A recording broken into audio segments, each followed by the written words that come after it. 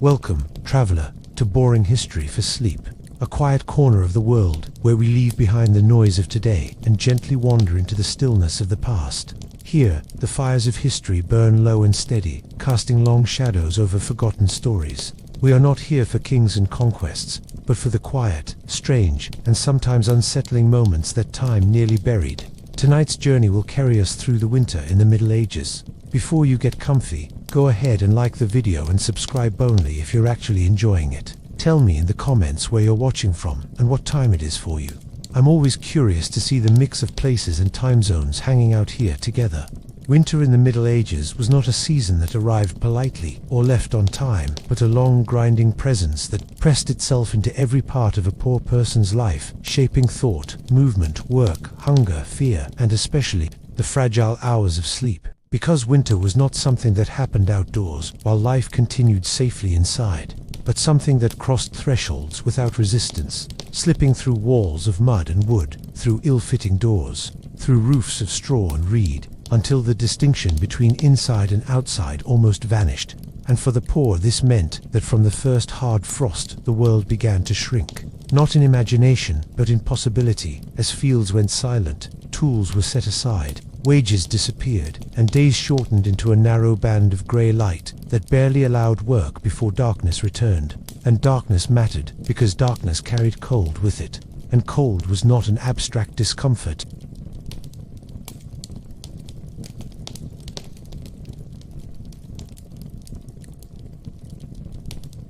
Because medieval cold was rarely dry and clean but wet, clinging, and relentless, rising from the earth, floors beneath sleeping bodies, condensing on walls, soaking clothing, and turning breath into mist that hung in the air. And this cold was made worse by the reality that medieval Europe, particularly from the later Middle Ages onward, endured long periods of harsher climate during what historians now call the Little Ice Age, when winters stretched longer, storms grew fiercer, and summers often failed to fully compensate, meaning that winter was not merely endured but anticipated with dread, because a single severe season could undo an entire household. And poor people understood this deeply, even if they lacked the language to explain climate cycles, because experience taught them that winter killed quietly, not always through dramatic freezing deaths, but through weakness, illness, hunger, and exhaustion that accumulated night after night, especially during sleep, when the body was still and vulnerable. And this vulnerability shaped how winter was perceived, not as a temporary inconvenience, but as an enemy that had to be survived one night at a time. And as autumn faded into early frost, households began a slow retreat inward.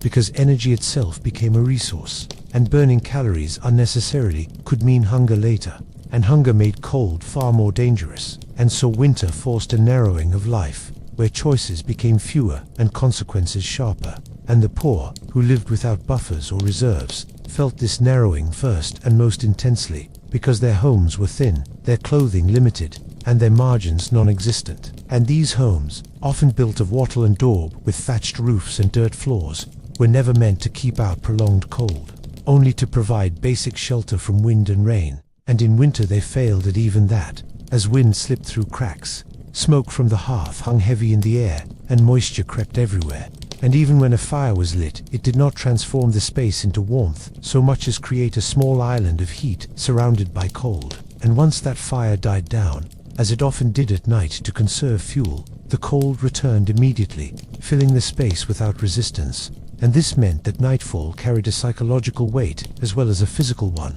because when the sun went down, the world became darker, colder, and quieter, and silence itself could feel threatening, broken only by wind, the crack of timber, or the cough of someone struggling to breathe in the smoky air. And sleep, which in warmer seasons might offer rest and recovery, became instead a careful negotiation, because sleeping too deeply risked letting the body temperature drop too far, while not sleeping at all led to exhaustion that made work impossible the next day. And this balance was never stable, shifting constantly as weather worsened, food ran low, and bodies weakened. And medieval people did not think of winter as a neutral passage of time, but as a test, sometimes framed in religious terms as God's will or punishment. but more often understood practically as a season that demanded obedience, patience, and endurance, because fighting winter directly was impossible, and even those who survived many winters knew that survival was never guaranteed, that age, sickness, or simple bad luck could tip the balance.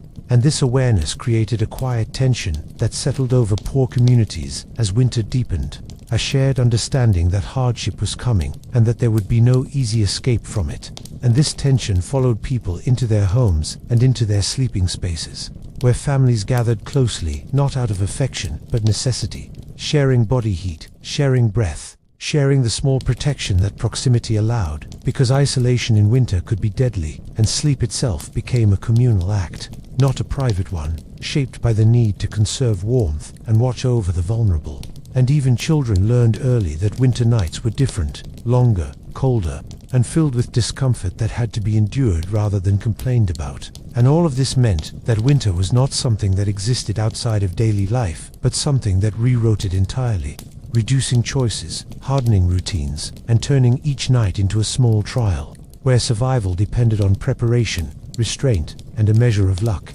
And when morning finally came, bringing a thin, cold light that crept slowly into the home, it was not greeted with joy so much as relief, because making it through another night meant the body had held on, the fire could be coaxed back to life, and the work of enduring winter could continue, one day and one night at a time, until the season finally loosened its grip, if it chose to do so at all. For the poor in the Middle Ages, the house itself was never a true barrier against winter, but a fragile shell that slowed the cold without ever stopping it, because most people did not live in solid stone buildings with thick walls and sealed windows, but in simple structures made quickly, cheaply, and with whatever materials were available nearby. And these homes were built for survival in general, not comfort in winter, consisting most often of wooden frames packed with wattle and daub, a mixture of woven branches, mud, straw, and animal dung, which dried hard but cracked easily, opening countless small gaps through which wind slipped freely,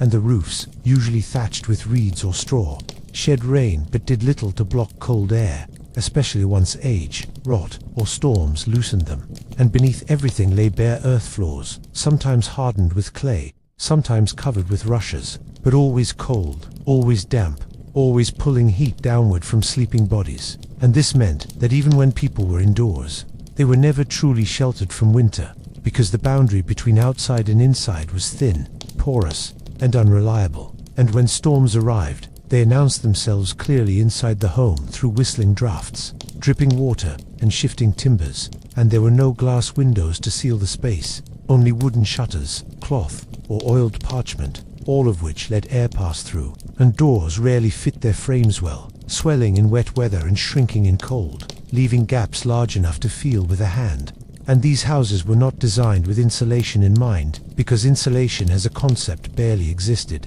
And even if people understood the value of trapping heat, they lacked the materials and resources to do so effectively. And so cold settled into the structure itself, turning walls into reservoirs of chill that radiated cold inward long after nightfall. And dampness made this worse, because rain and melting frost soaked into walls and floors, lowering temperatures further and creating a clammy cold that clung to skin and clothing. And this environment shaped how people moved and lived indoors during winter, as they stayed close to the hearth when it burned, avoided unused corners of the house, and learned instinctively where the cold pooled most deeply. And yet even the hearth did not transform these spaces into warmth, because smoke often filled the room without a proper chimney, forcing families to choose between warmth and breathable air. And when the fire died down at night, the house cooled rapidly, sometimes within minutes, as if it had been waiting for the chance. And for the poor there was rarely another option, because rebuilding homes to better standards required time, labor, and materials they did not have. And landlords had little incentive to improve peasant housing. And so generation after generation lived and slept in structures that barely resisted winter, accepting discomfort as normal, and danger as unavoidable. And this meant that the house, which should have been a refuge, became instead another participant in winter's assault. offering just enough shelter to survive in good years, but failing quickly in bad ones. And when people lay down to sleep within these walls, they did so knowing that the house would not protect them completely, that the cold would return once the fire faded, and that the night would test both the structure and the bodies inside it, until morning came again. The hearth was the center of the medieval poor household in winter. Not because it offered comfort in the modern sense, but because it represented the only fragile line between life and cold. And even that line was unreliable, dangerous, and costly to maintain, because fire required fuel, and fuel required labor, time,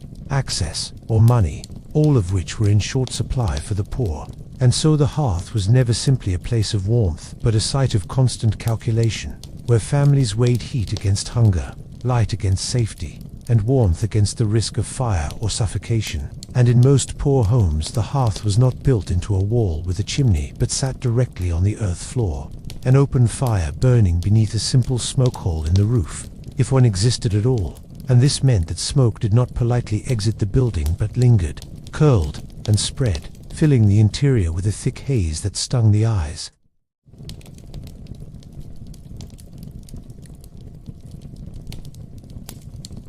And cold was often worse, and so people learned to live with burning eyes, persistent coughs and headaches as part of winter life, especially at night when the fire was most needed and ventilation was poorest, and the hearth's heat itself was uneven and limited, radiating strongly only within a short distance, leaving the edges of the room cold and dark. And this created invisible boundaries inside the house zones where people clustered close to the fire, and areas that were avoided entirely during winter nights, because standing or sleeping too far from the hearth meant feeling the cold immediately seep back into the body. And even when the fire burned brightly, it did not warm the house so much as temporarily warm the air near it, while walls, floors,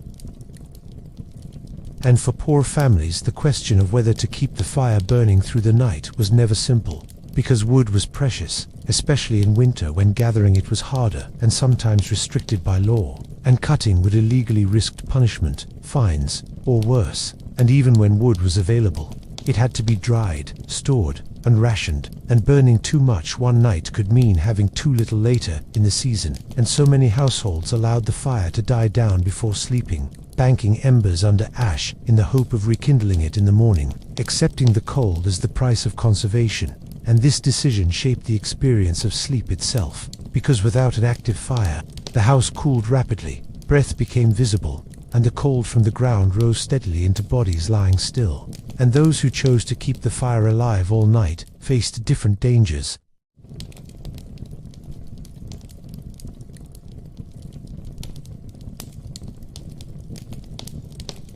And entire houses could be lost to fire in minutes, especially during winter storms when wind fed flames aggressively.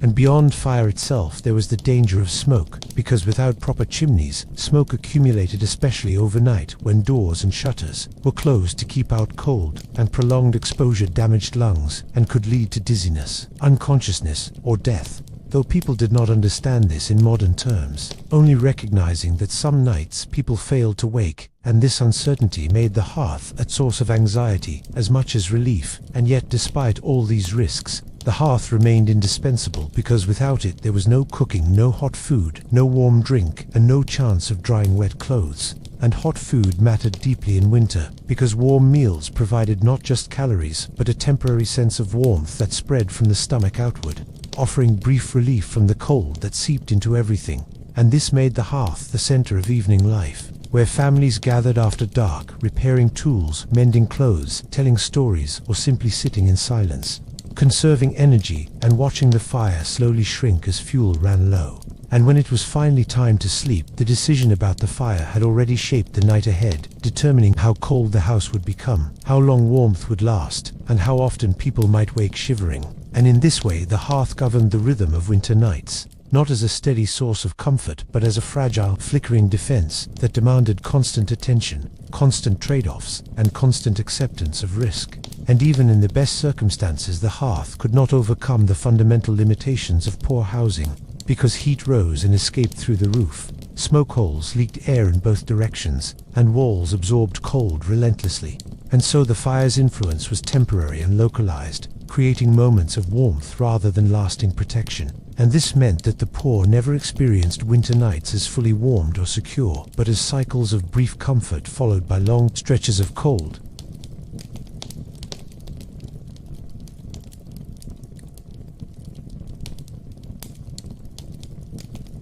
Making the hours after midnight the coldest and most dangerous, when the fire was lowest or gone entirely, and it was during these hours that coughing worsened, joints stiffened.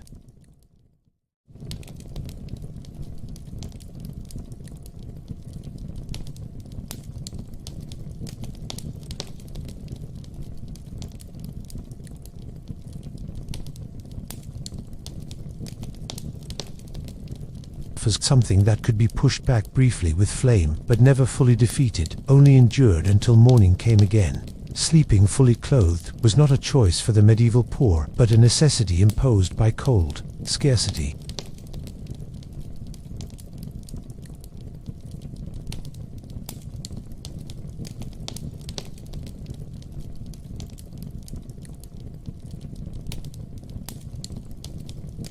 And changing clothes offered no benefit when everything was equally cold and damp, and so people slept in the same woolen tunics, leggings, hoods, and cloaks they wore during the day, often stiff with dirt, smoke, and sweat.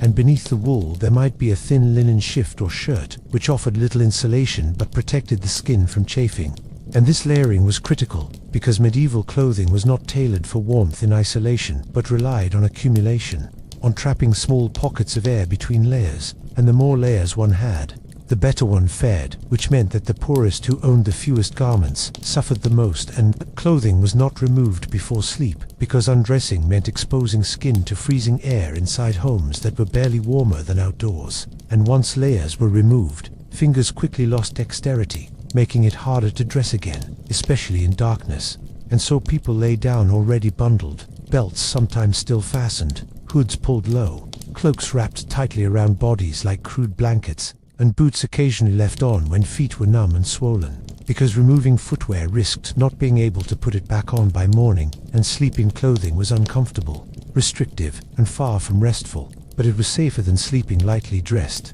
because the body lost heat rapidly when still, and medieval people understood this instinctively, even if they could not explain it scientifically. And this practice shaped the experience of sleep itself, because bodies never fully relaxed, muscles remained tense under layers, and pressure points formed where stiff fabric folded beneath weight. And yet, this discomfort was accepted as normal, because warmth mattered more than ease, and clothing served another function at night, acting as a barrier against insects, rodents, and drafts, which were constant companions in poor homes. And in winter, mice sought warmth indoors, crawling over sleeping bodies, while lice and fleas thrived in layered clothing that was rarely cleaned, making nights restless and itchy.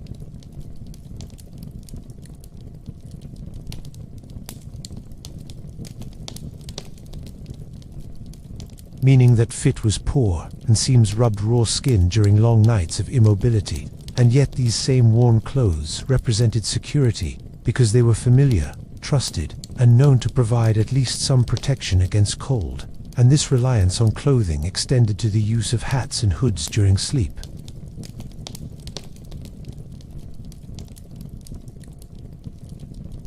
And so even children slept with heads wrapped, breath fogging the air beneath the fabric. And in households where blankets were thin or absent, clothing became the primary defense against night cold, and people arranged themselves strategically, tucking edges beneath bodies, overlapping cloaks, and pressing close to others to trap shared warmth. And this meant that clothing was not just worn but actively managed during sleep, adjusted repeatedly through the night as bodies shifted and temperatures dropped.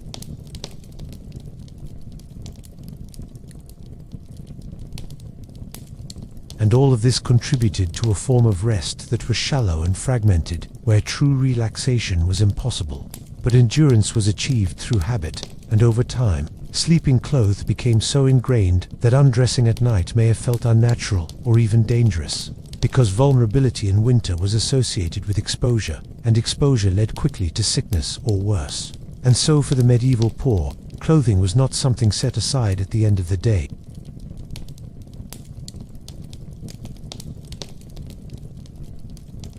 but could be resisted, layer by layer, until morning light returned once again. Beds, in the way we imagine them now, were rare luxuries for the medieval poor, and winter exposed this absence brutally, because most people did not sleep raised above the ground on framed mattresses, but on simple straw. Pallets laid directly on earth floors, or on low wooden boards that offered little separation from the cold beneath. And these pallets were nothing more than sacks or rough covers stuffed with straw, dried leaves, or rushes, materials chosen not for comfort but because they were cheap and available. And while straw did trap a small amount of air at first, it flattened quickly under the weight of the body, losing what little insulation it offered. And as winter wore on, the straw absorbed moisture from the ground, from damp air, and from breath, becoming cold, heavy, and sour-smelling. And yet replacing it was not simple, because fresh straw was a resource tied to harvest cycles, and by deep winter there was little to spare, and so people slept on bedding that steadily degraded, night after night, until it was more symbolic than effective. And beneath these pallets lay the dirt floor itself, which was always cold in winter, sometimes frozen hard, sometimes wet and muddy, and this cold radiated upward, relentlessly, pulling heat from bodies that lay still for hours, and no matter how many layers were worn, the ground always won eventually. And this meant that the cold felt different from above and below, seeping downward from the air and upward from the earth at the same time, trapping sleepers between two sources of chill. And some households attempted small improvements, scattering rushes or reeds beneath pallets, or raising bedding slightly on boards or crates. But these measures only delayed the inevitable, because without true insulation, the earth remained an active source of cold. And this made sleep a constant process of adjustment, shifting positions, curling tightly, drawing knees to chest, because lying stretched out exposed more surface area to the ground and hastened heat loss. And children learned this instinctively, curling into tight bundles beside parents or siblings, while adults slept stiffly, conserving warmth rather than seeking comfort. And straw bedding carried other risks as well, because it attracted insects and rodents seeking warmth, and in winter mice nested within pallets, sometimes biting sleepers, sometimes simply rustling through the night, breaking already fragile sleep. And fleas thrived in straw and layered clothing, making nights itchy and restless. But these irritations were tolerated because alternatives were few, and feather-filled mattresses, which offered real insulation, were far beyond the reach of the poor, reserved for wealthy households or religious institutions. And even wooden bed frames with ropes or boards were uncommon in the lowest classes, meaning that most people accepted ground-level sleeping as normal, even though it exposed them to the worst of winter's cold. And over time this took a toll on the body, because sleeping on hard, cold surfaces stiffened joints, aggravated old injuries,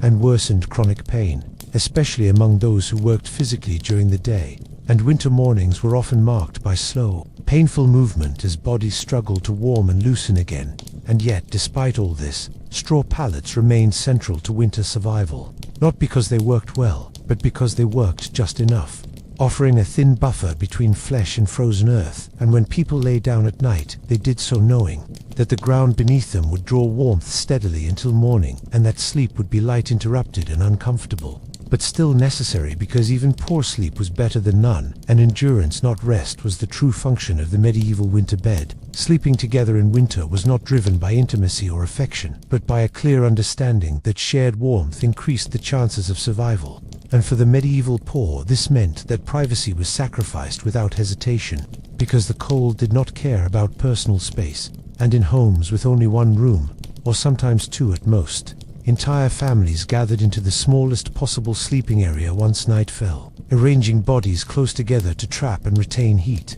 And parents slept beside children, older siblings beside younger ones, and in some cases extended family members or lodgers joined as well, because every additional body contributed warmth. And this closeness was practical rather than comforting, because bodies pressed together restricted movement, made breathing the smoky air more difficult, and amplified discomfort. But it also slowed the loss of heat that came so quickly when sleeping alone, and medieval people understood this instinctively, even if they never articulated it as a principle. And children learned early that winter nights meant sharing space whether they wished to or not, because separating sleepers created cold pockets that the house could not overcome, and in extreme cold people even adjusted their sleeping arrangements, further pulling pallets closer to the hearth, overlapping bedding and positioning the weakest, usually children or the elderly, in the center where warmth was greatest, while stronger adults took the colder edges. And this unspoken hierarchy reflected an awareness of risk, because not everyone could be protected equally, and those most likely to survive absorbed the worst of the cold, to shield those less resilient. And in some rural households, animals were brought inside during severe weather, not out of kindness but necessity, because a cow, goat, or sheep produced significant body heat, and stabling them indoors could raise the temperature slightly, enough to matter during freezing nights. And while this added noise, smell, and the risk of disease, it was often worth it, because warmth outweighed discomfort. And this arrangement blurred the line between human and animal spaces, reinforcing how survival took precedence over cleanliness or order. And communal sleeping also meant shared breathing, shared coughs, and shared illness. And in winter, respiratory diseases spread easily through close quarters, especially in smoke-filled rooms. But isolation was rarely an option, because sleeping alone increased the risk of hypothermia, and so families accepted the trade-off, choosing warmth even if it meant sickness later. And this practice shaped the emotional experience of winter nights, because sleep was never solitary or quiet, but filled with the sounds of breathing, coughing, shifting bodies, and occasional crying, and privacy simply did not exist. And yet this closeness created a sense of collective endurance, where surviving the night was something done together rather than individually. And waking in the morning meant counting who had made it through, sometimes literally. And while this might seem harsh, it reflected a practical understanding of winter's dangers, because the cold punished isolation most severely, and communal sleeping reduced that risk, even if it stripped away comfort, autonomy, and rest. And over generations this practice became normalized, embedded into the rhythms of winter life, so that sleeping together was not questioned but assumed, a necessary adaptation to an environment where warmth was scarce, and bodies were the most reliable source of it. And when people lay down at night, pressed close to one another, it was not out of choice but calculation, a quiet agreement that survival was easier when faced together, even in the dark, even in discomfort,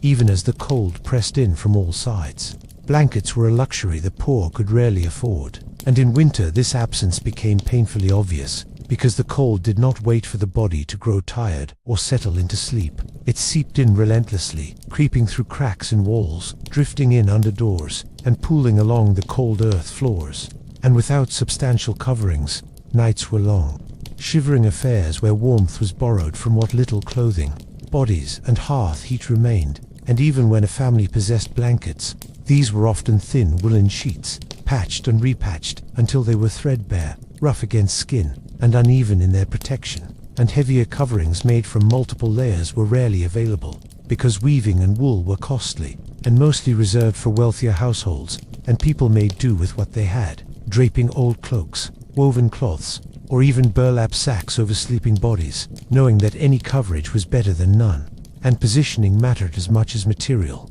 because blankets were not wide enough to cover everyone fully, and adults often had to share a single piece of cloth, tucking corners beneath bodies, overlapping layers, and adjusting repeatedly during the night as limbs shifted, heads turned, or children squirmed. And even then the warmth was uneven, concentrated where bodies touched, and leaving edges cold, stiff, and icy. And in some households, blankets were reserved for the weakest members, usually children or the elderly, leaving others exposed, because families knew that human bodies could generate heat if pressed together. But feathers, down, or thick wool could not always be stretched to cover everyone, and this meant that even within a single bed, some portions of a body were protected while others were left to shiver. And the act of sharing blankets became a nightly negotiation, often silent, sometimes tense, as each person claimed enough space to trap warmth without stealing it entirely from another. And nights were punctuated by the rustling of shifting cloth,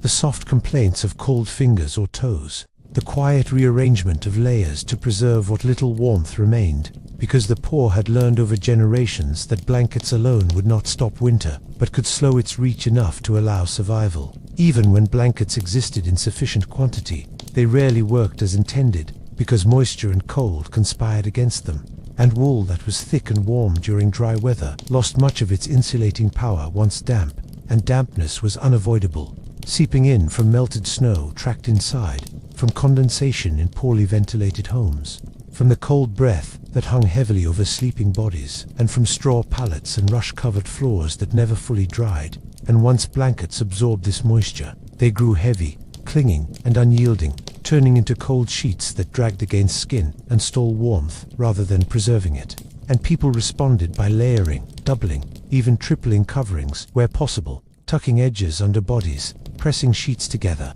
and creating makeshift quilts from clothing, rags, and anything soft available. But these layers made sleep restrictive, bending joints awkwardly, compressing muscles, and forcing bodies into positions chosen for warmth rather than comfort. And yet no one complained aloud, because discomfort was preferable to the alternative: exposure to the bitter, penetrating cold that seeped under the door, through the thatch, along the walls, and into bones. Children suffered most in these conditions, because even multiple blankets could not fully compensate for their smaller bodies, and parents often pressed them into the center of layered bedding arrangements to absorb shared heat, leaving adults at the periphery, where drafts were strongest and warmth weakest. And this arrangement required constant attention, because one restless child could shift layers, pull blankets off, or expose a sibling to the cold. And the response was immediate: hands readjusting cloth, limbs moving back into place murmured reassurances, and a silent vigilance that lasted long into the night, because no one could afford to sleep unconcerned, and winter nights were long measured in hours of quiet suffering, punctuated by small movements to maintain warmth, and sometimes punctuated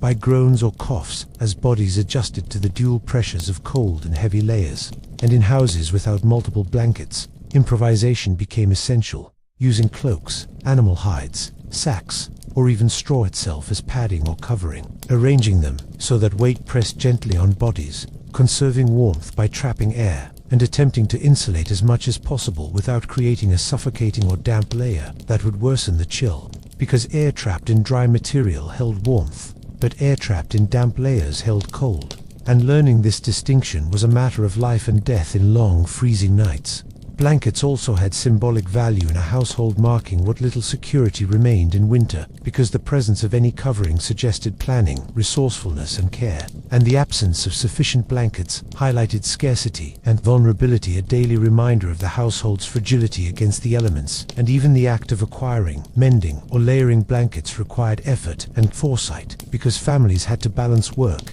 trade, and household chores with preparing bedding for the approaching nights. And the work did not end when night fell, because blankets had to be adjusted, layers readjusted, and positions shifted to maintain maximum coverage, especially as the cold deepened in the hours after midnight, when the hearth embers cooled and the house surrendered to the chill. And during these times, blankets became the primary defense, more critical than clothing or even body heat, because they were the only layer separating flesh from relentless winter. And without them, hypothermia and frostbite were constant threats, invisible yet present, creeping into joints, muscles, and skin while bodies lay still. And this reality shaped sleep into a form of active endurance, a constant negotiation with material, body, and environment, where comfort was secondary and survival primary. And nights were measured not in dreams or restfulness, but in breaths, movements, and the slow persistence of warmth held just enough to keep the body alive until dawn.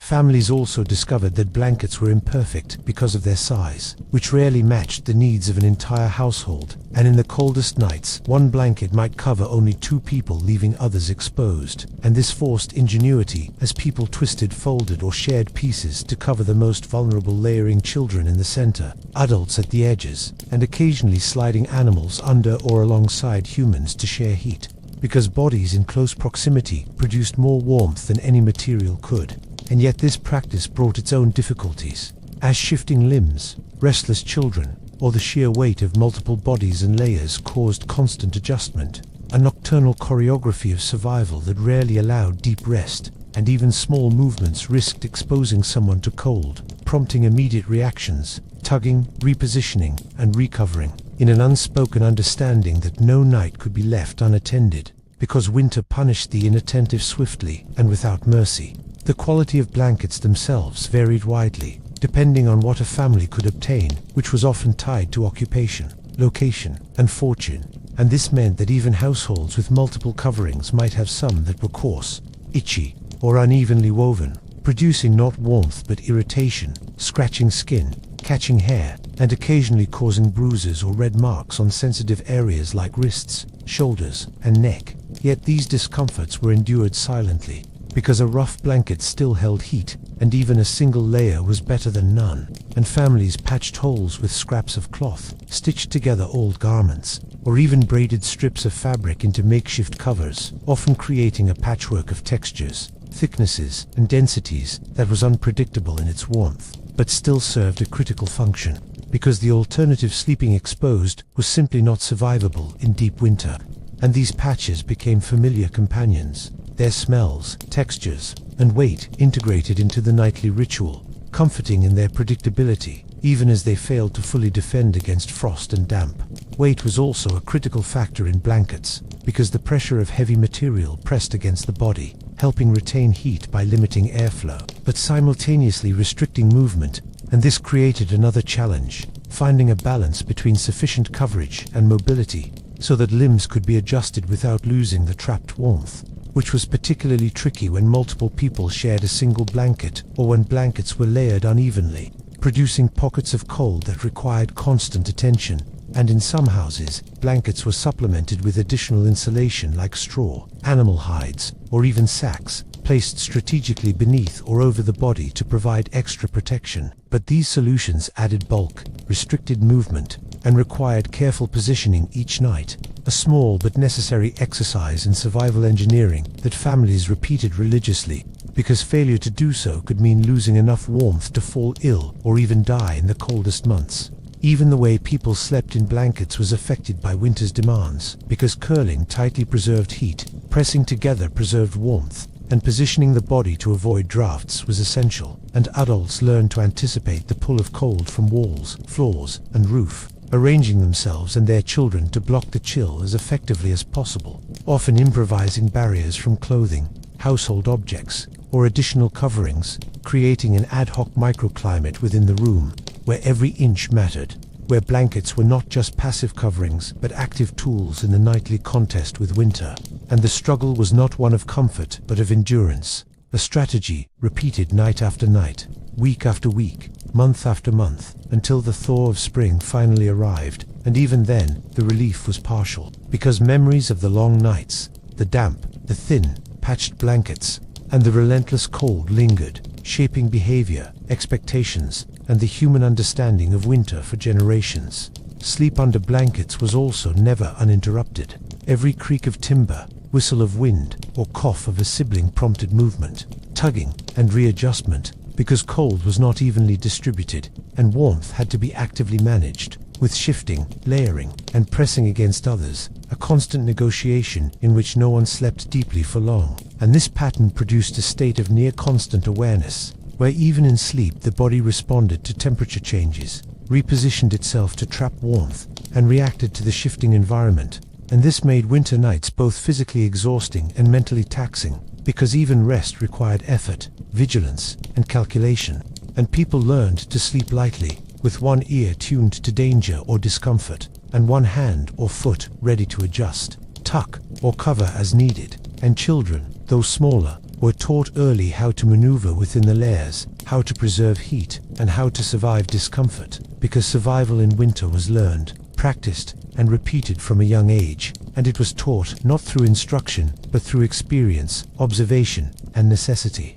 Finally, blankets were more than just practical items. They carried social and psychological significance. Having any blanket at all signified that a family had prepared, had planning, and had the resourcefulness to assemble some form of protection. And this small security mattered in an otherwise harsh and unpredictable world. And families who lacked even a single layer faced heightened anxiety, because the threat of cold was immediate and unrelenting, and nights could feel endless, stretching on in darkness, punctuated by shivers, groans, and the constant negotiation of warmth. And over time, the presence or absence of blankets, the way they were layered, shared, and managed, became a rhythm, a nightly ritual of survival, teaching children, reinforcing habits, and structuring domestic life around the inescapable demands of winter. And even in spring, when warmth returned, the lessons of blankets endured, shaping how people prepared, slept, and survived in every subsequent cold season.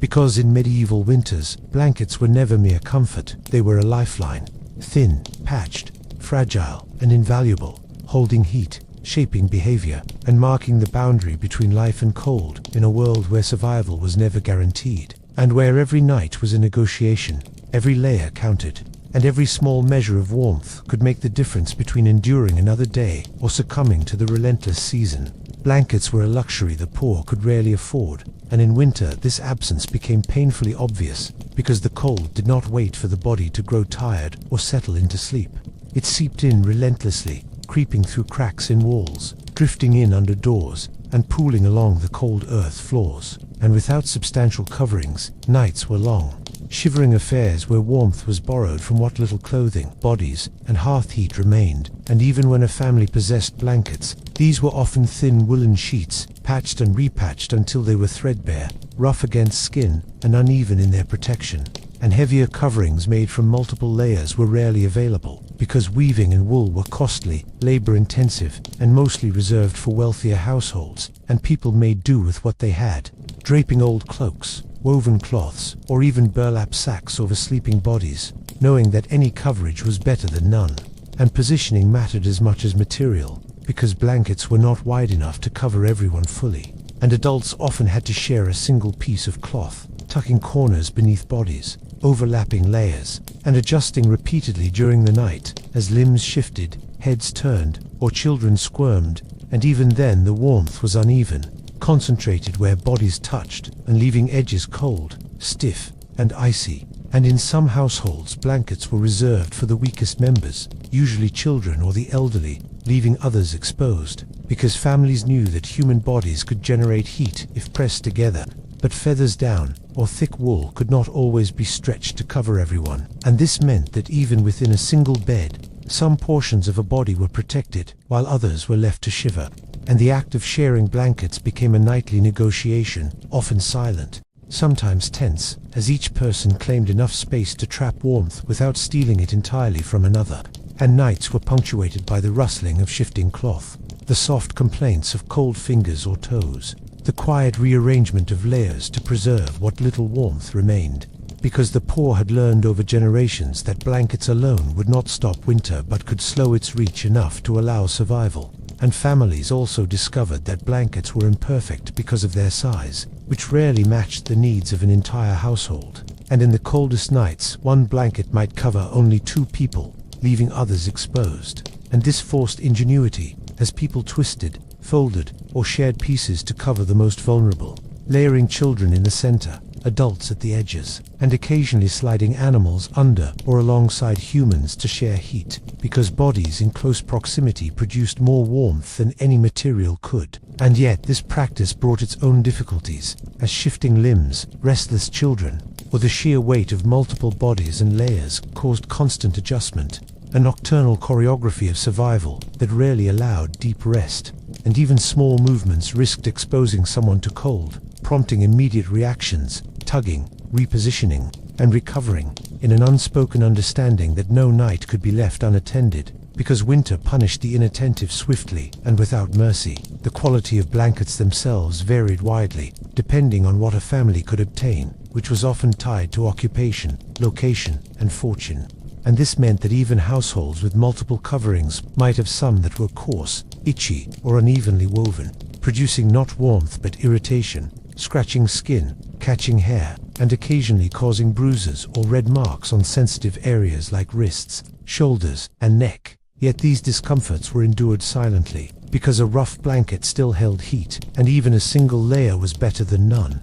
And families patched holes with scraps of cloth, stitched together old garments, or even braided strips of fabric into makeshift covers, often creating a patchwork of textures, thicknesses, and densities that was unpredictable in its warmth.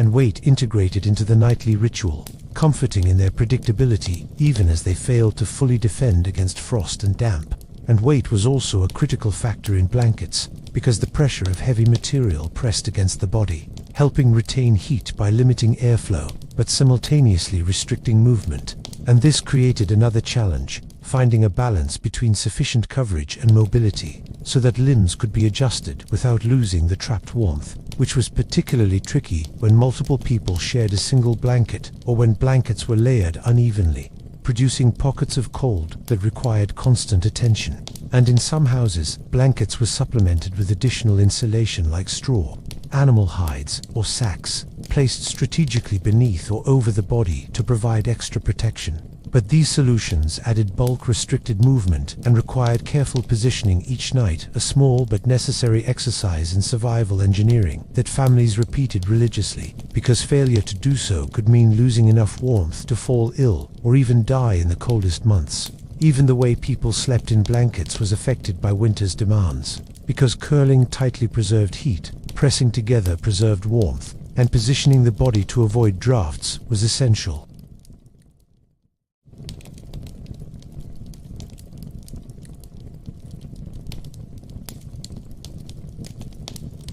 Often improvising barriers from clothing, household objects, or additional coverings, creating an ad hoc microclimate within the room, where every inch mattered, where blankets were not just passive coverings, but active tools in the nightly contest with winter. And the struggle was not one of comfort, but of endurance, a strategy repeated night after night, week after week, month after month, until the thaw of spring finally arrived. And even then, the relief was partial, because memories of the long nights, the damp, the thin, patched blankets, and the relentless cold lingered, shaping behavior, expectations, and the human understanding of winter. For generations, and families also discovered that blankets were imperfect because of their size, which rarely matched the needs of an entire household. And in the coldest nights, one blanket might cover only 2 people, leaving others exposed. And this forced ingenuity, as people twisted, folded, or shared pieces to cover the most vulnerable, layering children in the center, adults at the edges, and occasionally sliding animals under or alongside humans to share heat, because bodies in close proximity produced more warmth than any material could. And yet this practice brought its own difficulties, as shifting limbs, restless children, or the sheer weight of multiple bodies and layers caused constant adjustment, a nocturnal choreography of survival that rarely allowed deep rest. And even small movements risked exposing someone to cold, prompting immediate reactions, tugging, repositioning, and recovering, in an unspoken understanding that no night could be left unattended, because winter punished the inattentive swiftly and without mercy. Sleep under blankets was also never uninterrupted. Every creak of timber, whistle of wind, or cough of a sibling prompted movement, tugging, and readjustment, because cold was not evenly distributed and warmth had to be actively managed, with shifting, layering, and pressing against others, a constant negotiation in which no one slept deeply for long. And this pattern produced a state of near constant awareness,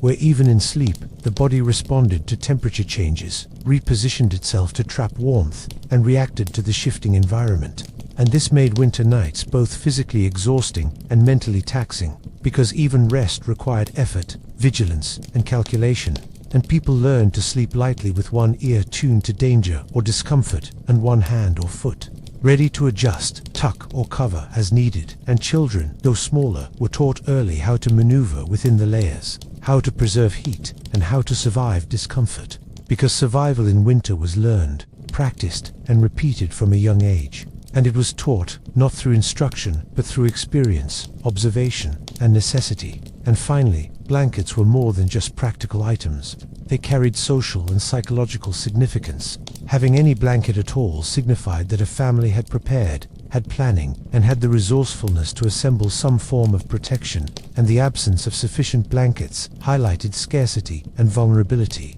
a daily reminder of the household's fragility against the elements. And even the act of acquiring, mending, or layering blankets required effort and foresight, because families had to balance work, trade, and household chores with preparing bedding for the approaching nights. And the work did not end when night fell, because blankets had to be adjusted, layers readjusted, and positions shifted to maintain maximum coverage. especially as the cold deepened in the hours after midnight, when the hearth embers cooled and the house surrendered to the chill. And during these times, blankets became the primary defense, more critical than clothing or even body heat, because they were the only layer separating flesh from relentless winter, and without them, hypothermia and frostbite were constant threats, invisible yet present, creeping into joints, muscles, and skin while bodies lay still. And this reality shaped sleep into a form of active endurance, a constant negotiation with material, body, and environment, where comfort was secondary and survival primary,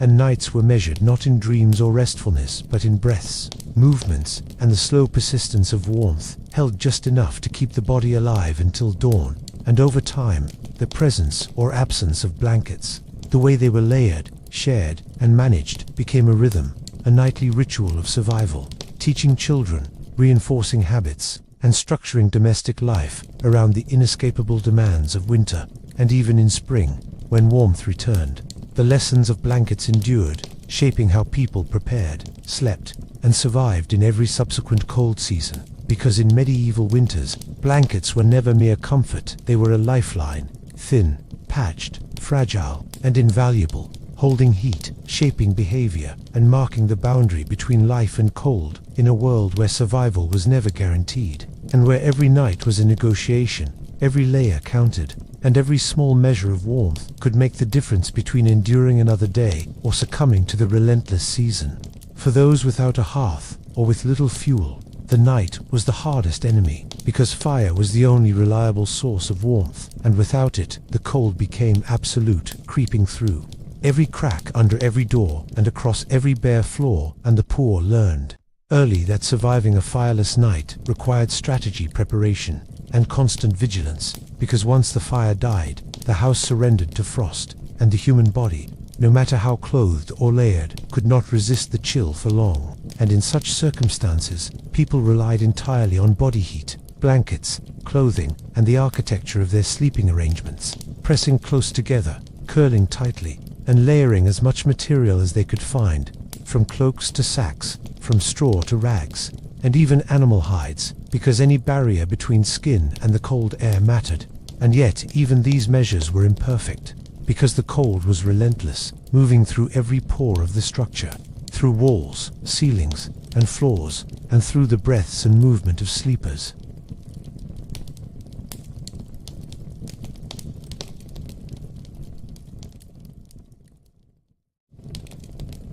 Tiny actions repeated unconsciously throughout the night, a choreography of survival that rarely allowed deep sleep. And this constant negotiation with cold was tiring, physically and mentally, and children learned it early, curling against adults, pressing limbs into corners of blankets, and holding on to small scraps of warmth. And adults learned too, balancing comfort against survival.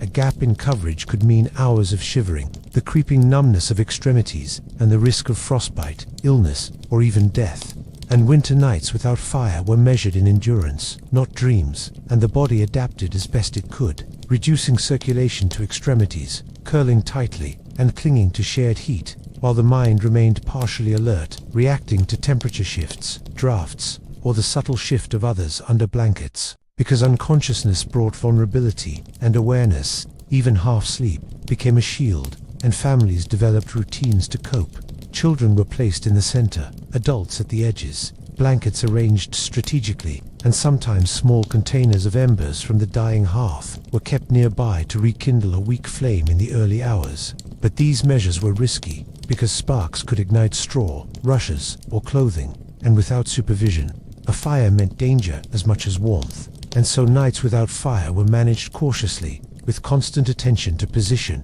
coverage, and body contact. And the poor became masters of improvisation, using whatever they had to create microclimates of warmth within frigid spaces, pressing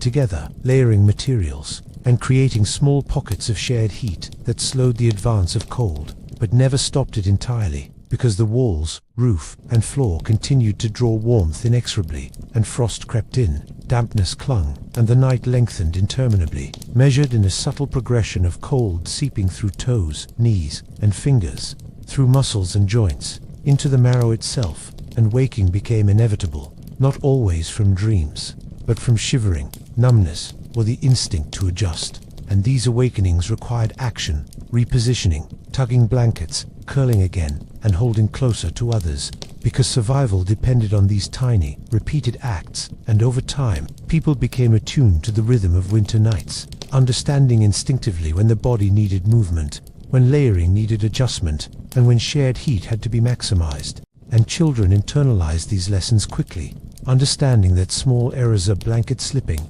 a limb uncovered, a poorly positioned pallet, could have serious consequences. And over time, these habits became instinctive, encoded into every action during the long months of frost, and the cold itself became a teacher, harsh, unrelenting, and unforgettable, imprinting survival strategies that persisted across generations. And the poor developed rituals, routines, and unspoken codes of conduct designed to maximize warmth, minimize illness, and preserve life, because they could not rely on luck, medicine, or luxury. And even minor successes like keeping a child's toes warm, preventing shivering in the center of the night, or preserving a thin layer of heat within a patchwork blanket were celebrated silently as victories in the ongoing war against winter. And these small victories shaped the collective psychology of families, reinforcing endurance, resourcefulness, and constant attentiveness, because failure could not be afforded, and illness could strike with no warning, turning a single cold night into days of fever, weakness, or death.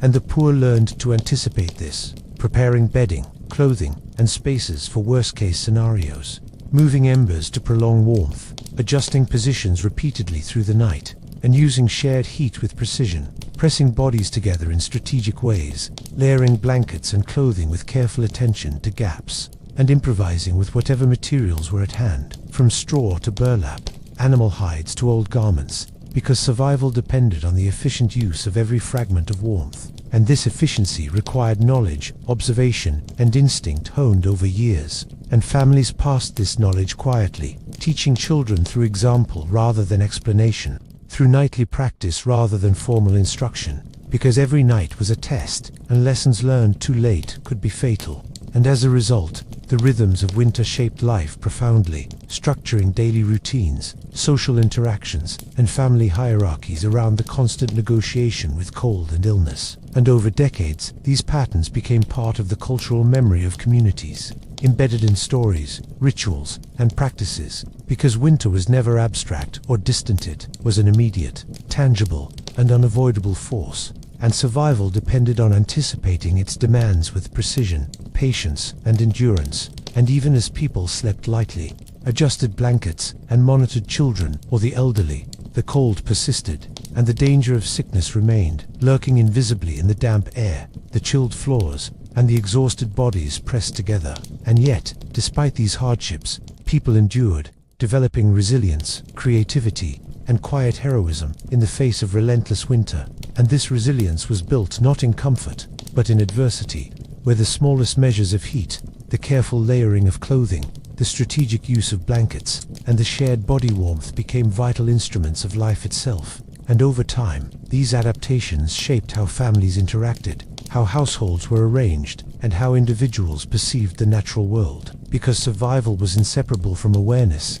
and every night demanded vigilance, movement, and improvisation, and even small mistakes could have cascading consequences for health, warmth, and life. And so generations of the poor learned to sleep in a heightened state of alertness, moving minimally but purposefully, layering strategically, monitoring children and elders, adjusting positions, and preserving warmth wherever possible. And through this unbroken cycle of cold, vigilance, and adaptation, the human body and mind were conditioned to endure. And the nights, though harsh, became structured by the rhythms of necessity, by shared warmth, by improvisation, and by the constant negotiation with cold and illness. And even when the hearth went out, the blankets failed, or illness struck, families understood instinctively how to respond, how to preserve what warmth remained, how to minimize exposure, and how to protect the most vulnerable. And in this relentless environment, survival was neither guaranteed nor comfortable, but it was possible. And the poor endured, layer by layer, night after night,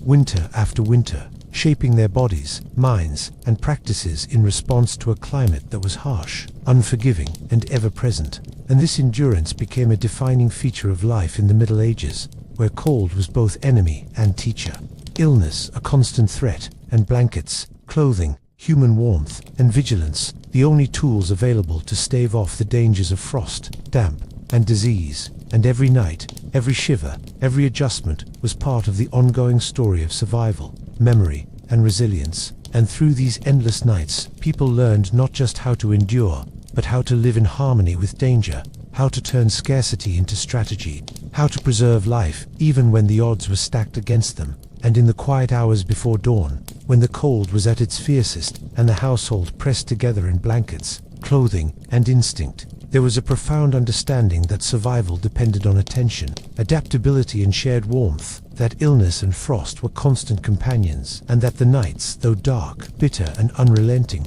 were also the crucible in which endurance, ingenuity, and the human spirit were forged. And this knowledge, this instinctive understanding passed from parent to child, shaped every future winter, teaching the next generation to sleep. Lightly move, carefully layer, strategically huddle, closely, and endure patiently, because survival was not abstract, it was a nightly hour by hour, shiver by shiver, negotiation with the cold, the damp, and the constant threat of illness. And in these long, relentless winters, the poor learned that every small measure of warmth, every act of vigilance, and every shared layer mattered. And through these acts, life continued fragile, tenacious, and unbroken night after night, winter after winter, in the unforgiving world of medieval survival. Shelter was more than just a place to sleep. It was the first line of defense against winter, and for the poor, it often offered only the faintest protection, because homes were small, constructed from inexpensive materials, and poorly insulated, and the cold found its way through walls, roofs, and floors, as if they were porous, living barriers against warmth.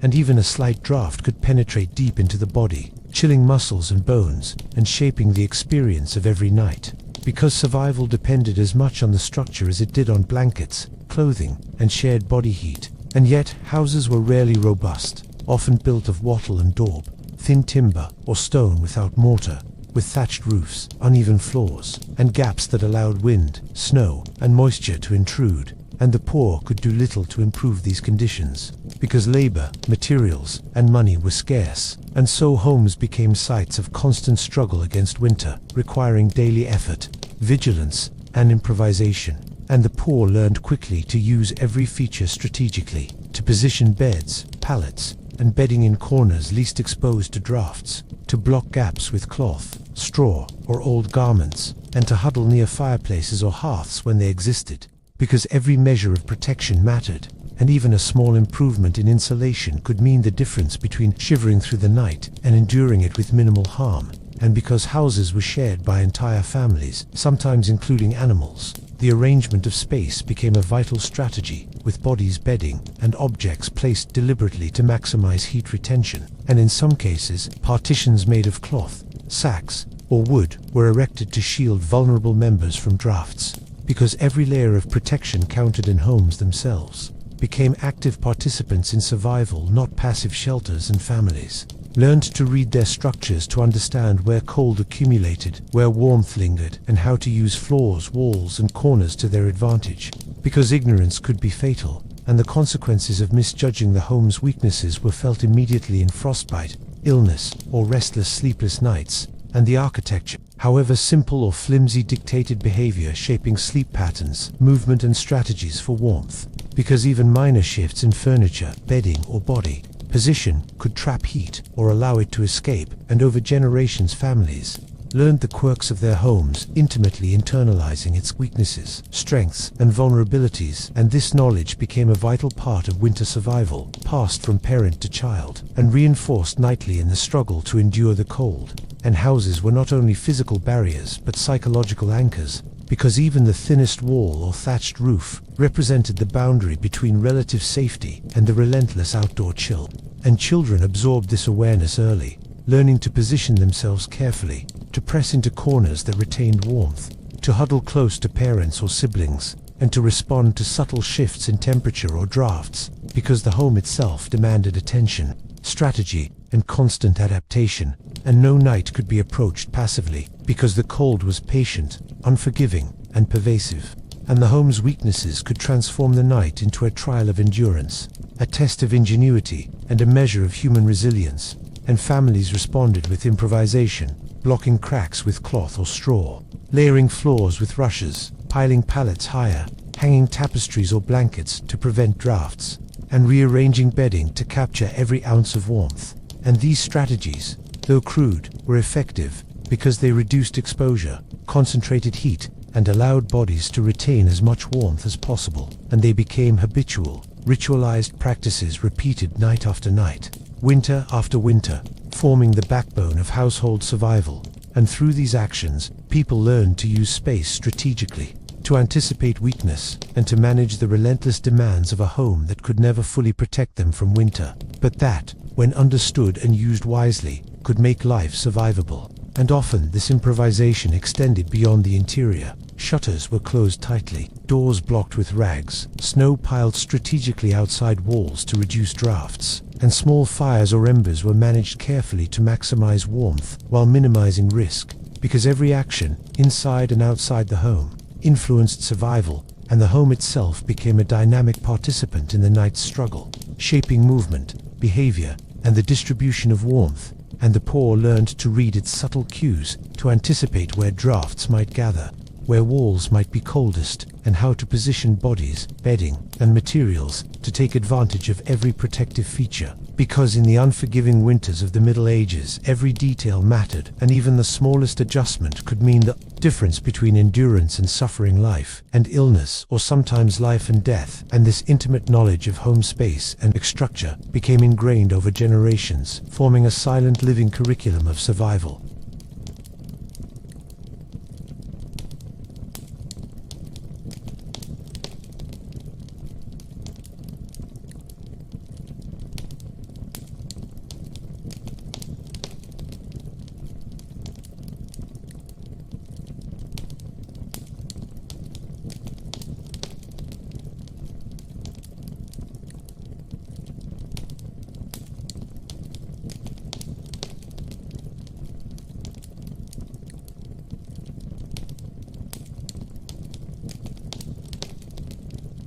The interior arrangement of the home became critical, because every inch of space could either trap warmth or allow cold to penetrate. And families learned to identify corners that were naturally warmer, floors that were insulated by layers of straw or rushes, and walls that, though thin, retained heat longer when shielded. And adults positioned themselves and children strategically, often placing the youngest and most vulnerable in the center of the huddle, pressing closely together, while older children and adults formed a protective perimeter, shielding core warmth from drafts that crept along walls, doors, or uneven floorboards. And this spatial choreography required constant adjustment, because as bodies shifted during sleep, blankets slipped, and gaps opened, and vigilance was necessary even in the dead of night, because the cold did not relent, and moments of inattention could result in hours of shivering, frostbite, or the onset of illness. And in addition to the arrangement of people, families layered materials strategically,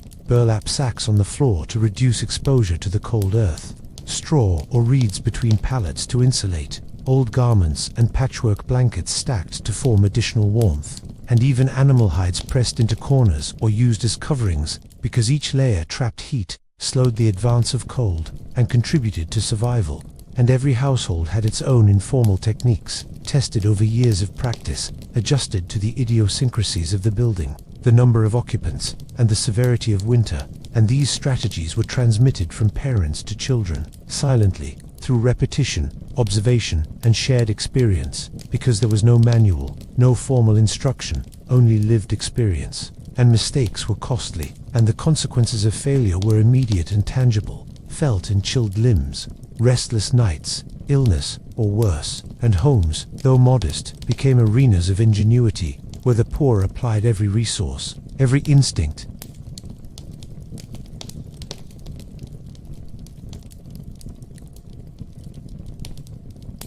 because preparation for winter began long before the first frost, with repairs, reinforcements, and careful placement of bedding, and continued through each night. when families monitored temperature, adjusted positions, and evaluated the effectiveness of every layer, because the margin for error was small, and the difference between a tolerable night and a life-threatening one could be measured in inches, degrees, or the placement of a single body. And this constant negotiation with home, heat, and cold created a rhythm of survival, a pattern repeated year after year, and the architecture of the home, its walls, floors, roof, and every gap or floor beak, as familiar as the human bodies it sheltered. And adults learned to anticipate its weaknesses, adjust for them, and teach children to do the same, because ignorance could be fatal. And this tacit knowledge, embedded in the daily and nightly routines of households, became an essential component of endurance, shaping not only sleep but movement, interactions, and the overall organization of domestic life. And even the smallest changes, a shifted pallet, a misaligned blanket, an open door, were evaluated in terms of survival, because winter was unforgiving, and the home, though modest and flawed, was the central battleground, the place where strategy, instinct, and improvisation determined the outcome of the long nights, and where bodies, blankets, and materials were constantly assessed, adjusted, and optimized in a relentless effort to preserve warmth, prevent illness, and survive. And over time, these practices became embedded in family routines, behaviors, and habits, creating a cycle of knowledge, endurance, and adaptation that defined life in the harsh winters of the Middle Ages. Because survival was inseparable from the intelligent use of home, space, and every available resource, and every night was a continuous exercise in vigilance, strategy, and improvisation, where the poor became masters of their environment, learning to read its cues, exploit its strengths, mitigate its weaknesses, and endure with the fewest possible losses. And through this ceaseless practice, they preserved not only warmth and life, but the knowledge, habits, and instincts necessary to survive winters that were long, bitter, and inescapable. And these lessons, embedded in the experience of countless nights, shaped generations, teaching the young how to navigate the relentless cold, use the home, strategically layer materials effectively, and rely on collective warmth. Survival depended not on chance, but on careful attention to the home itself, and every measure taken within its walls contributed to life, health, and endurance. And in this way, the home became both a teacher and a tool, shaping the experience, behavior, and resilience of the poor in ways that were subtle, profound, and absolutely necessary. And every night, every adjustment, every layer of straw, cloth, or blanket was part of an ongoing negotiation with winter, with the structure itself, and with human vulnerability. And through this unbroken cycle, survival became possible, fragile yet tenacious, and the house, humble as it was, became a crucible of adaptation, ingenuity, and human endurance, where life and warmth were preserved through constant effort, awareness, and improvisation, night after night, winter after winter, in the relentless, unforgiving cold of the Middle Ages. In addition to interior strategies, families also adapted the exterior of their homes, because even small adjustments could influence the temperature inside, and they stacked snow against walls to block drafts, closed shutters tightly to keep wind at bay, and placed objects strategically to reduce gaps under doors or along floorboards. And even small embers from dying fires were managed carefully to prolong heat without risking sparks, because the balance between warmth and safety was delicate, and the poor became highly skilled in assessing, improvising, and responding to these small environmental factors. And over years, the experience taught them the subtle nuances of how their homes interacted with the cold, how certain corners trapped warmth longer, how floors conducted cold differently depending on their construction and coverings, and how walls, roofs, and doors could be manipulated to maximize survival. And this deep understanding of the home's physical properties, combined with strategic use of bodies, blankets, and materials, created a system of survival that was constantly monitored, adjusted, and rehearsed, because every night presented new challenges. Every shift in wind, snow, or frost required awareness and response, and complacency was dangerous. And these routines became embedded into the fabric of daily life, shaping habits, behaviors, and family roles, because survival demanded organization, vigilance, and constant negotiation with the environment. And even the smallest miscalculation could trigger hours of discomfort, illness, or worse. And in many households, children were taught to observe,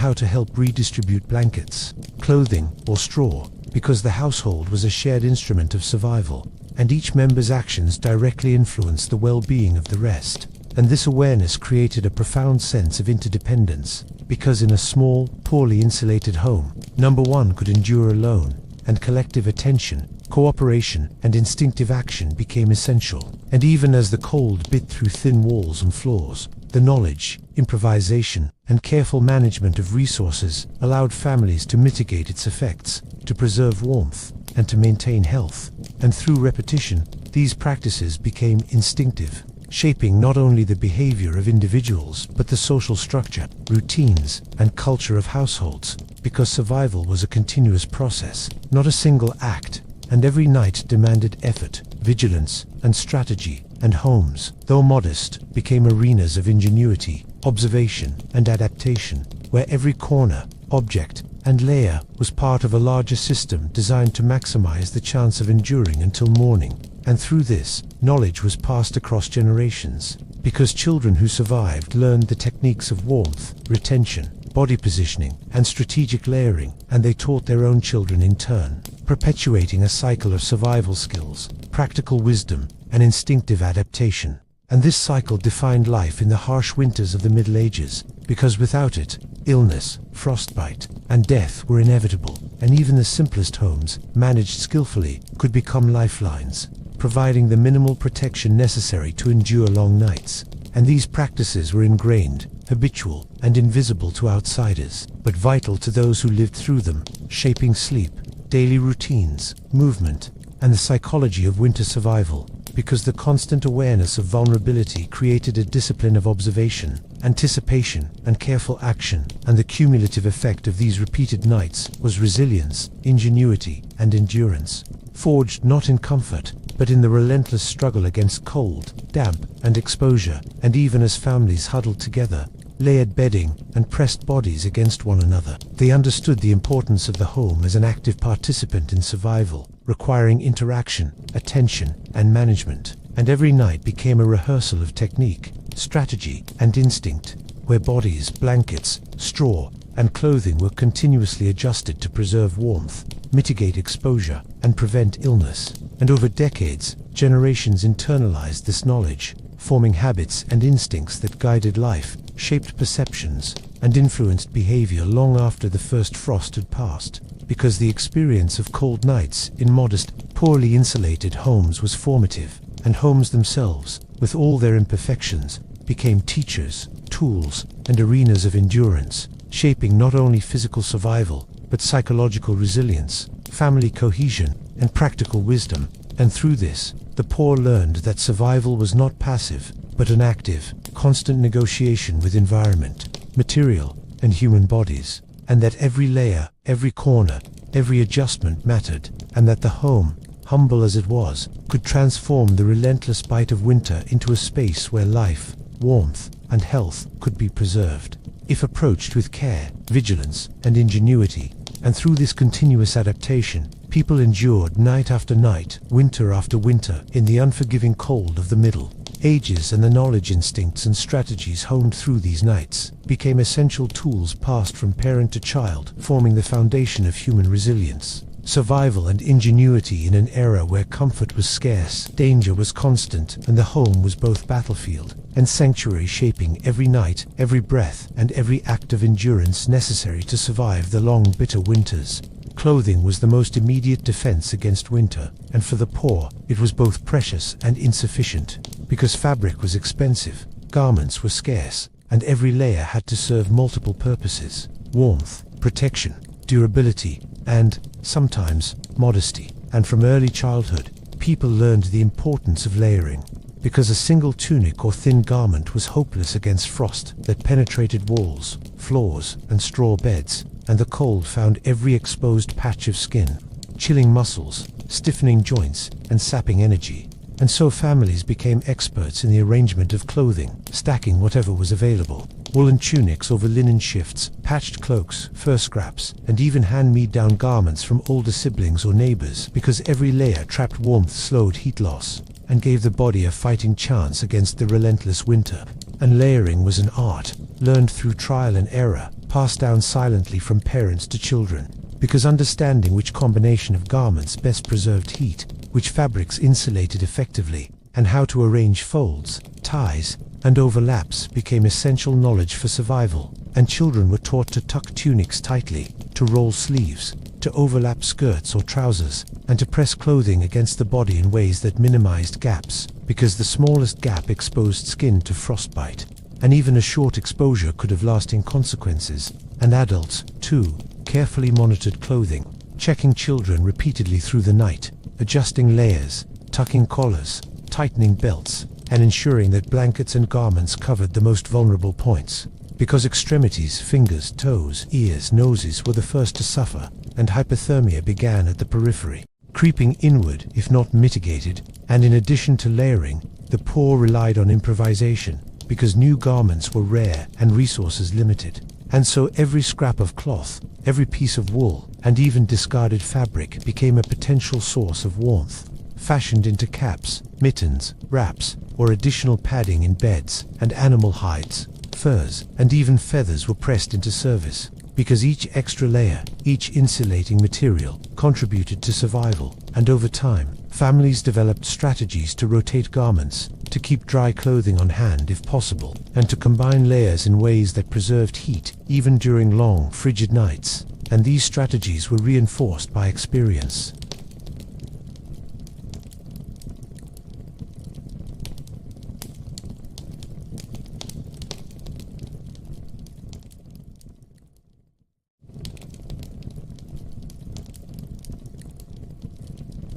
And so clothing alone was never sufficient, but it was the most personal, controllable, and adaptable tool available to combat winter, and it demanded constant attention, adjustment, and improvisation, because survival depended not only on the presence of garments,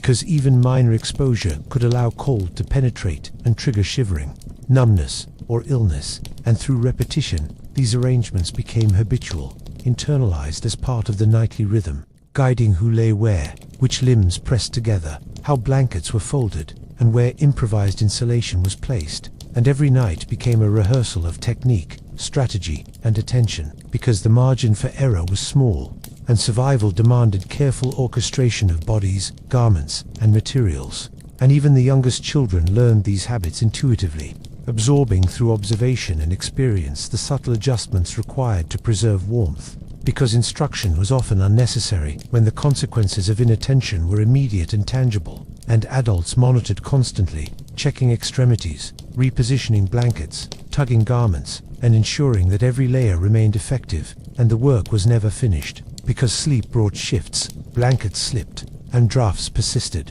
and the cold moved silently, patient and unrelenting, penetrating where protection was weakest, testing every garment, every layer, and every measure of shared warmth. And over time, these nightly adjustments became instinctive, habitual, and crucial, shaping the very experience of winter for families, because the interplay between clothing, body heat, and improvisation defined comfort, survival, and resilience, and the act of layering was both practical and strategic.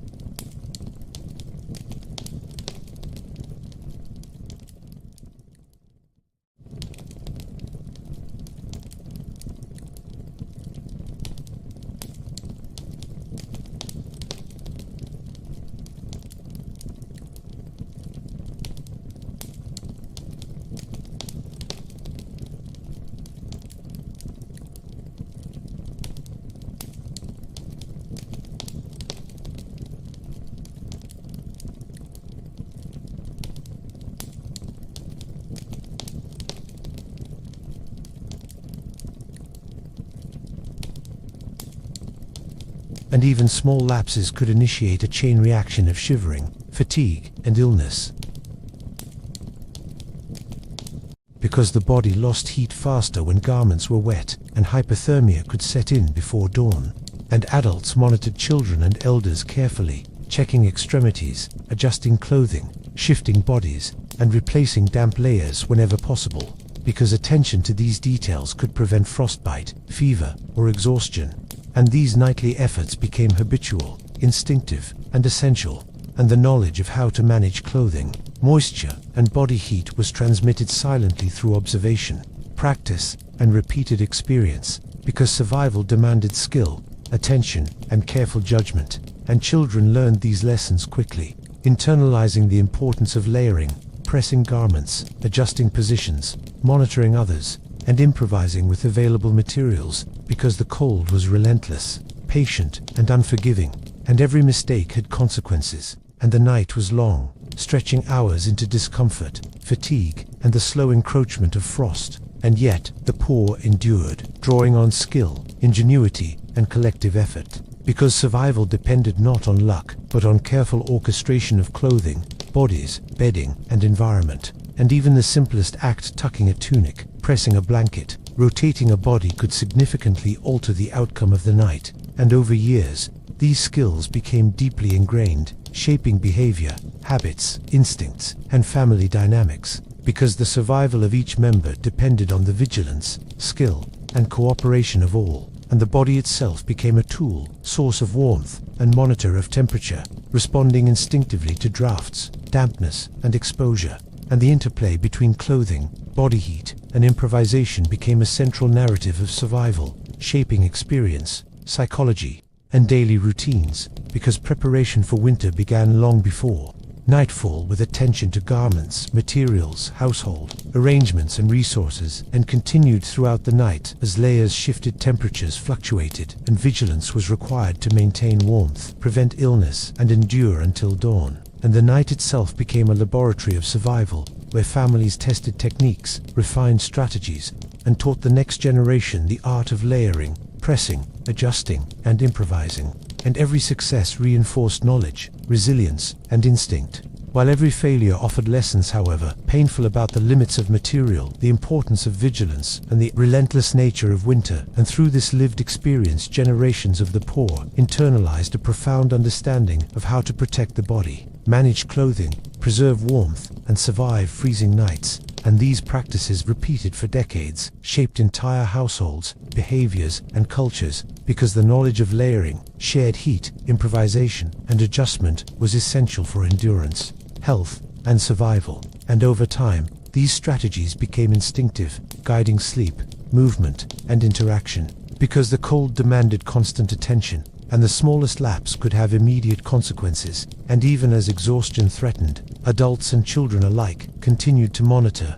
adjust, layer, and improvise, because the night was long, the cold persistent, and survival depended on careful, continuous action. And through these repeated nights, families cultivated resilience, ingenuity, and instinctive knowledge that became part of the very fabric of life, shaping the experience of winter, defining the rhythms of daily life, and teaching the next generation how to endure, layer, and survive. And every garment fold, adjustment, and pressed body mattered profoundly, because survival in the harsh, unforgiving winters of the Middle Ages was not passive, comfortable, or guaranteed, but achieved through careful management, attention, and skill, night after night, winter after winter, in a continuous living and deeply human negotiation with cold, damp, exposure, and the environment. And through these efforts, life persisted, fragile, tenacious, and resilient, maintained through the skillful orchestration of clothing, bodies, shared warmth, improvisation,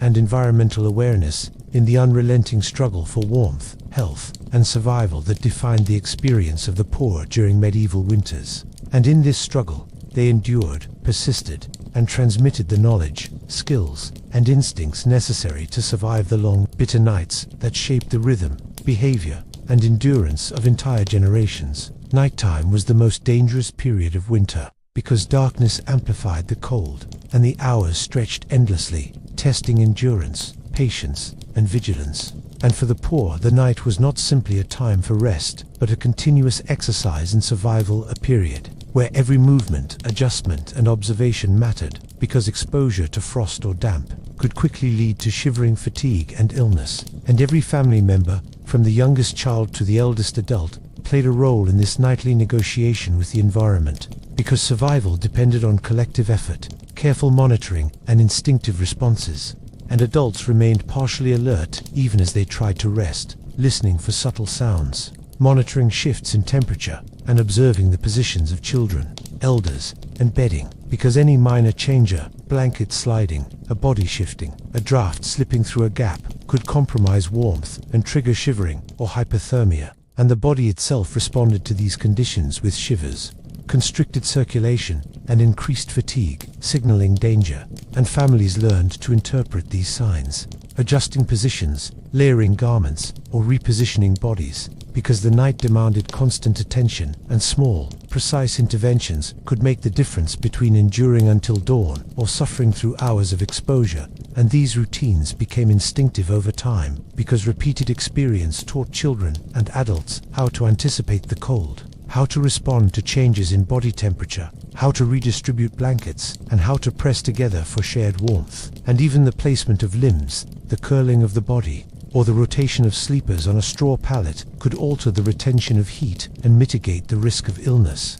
And vigilance was continuous, because the cold was patient, creeping along walls, floors, and bedding, finding gaps in clothing, blankets, and insulation. And the consequences of inattention were immediate and tangible, felt in discomfort, shivering, and the gradual loss of warmth. And sometimes this led to frostbite or the onset of illness, which could be slow to manifest but severe in its effects. And over years, families refined these nightly routines, learning the subtle patterns of how heat dispersed in the home, how drafts formed, how bodies interacted with blankets and garments, and how small adjustments could maximize warmth, because every detail mattered. And the survival of each member depended on this careful orchestration, observation, and management. And children absorbed these skills early, learning to monitor their own bodies, adjust their clothing, and move with precision within the huddle of family bodies, because instinctive vigilance became essential for enduring the long hours. And the night itself became a teacher,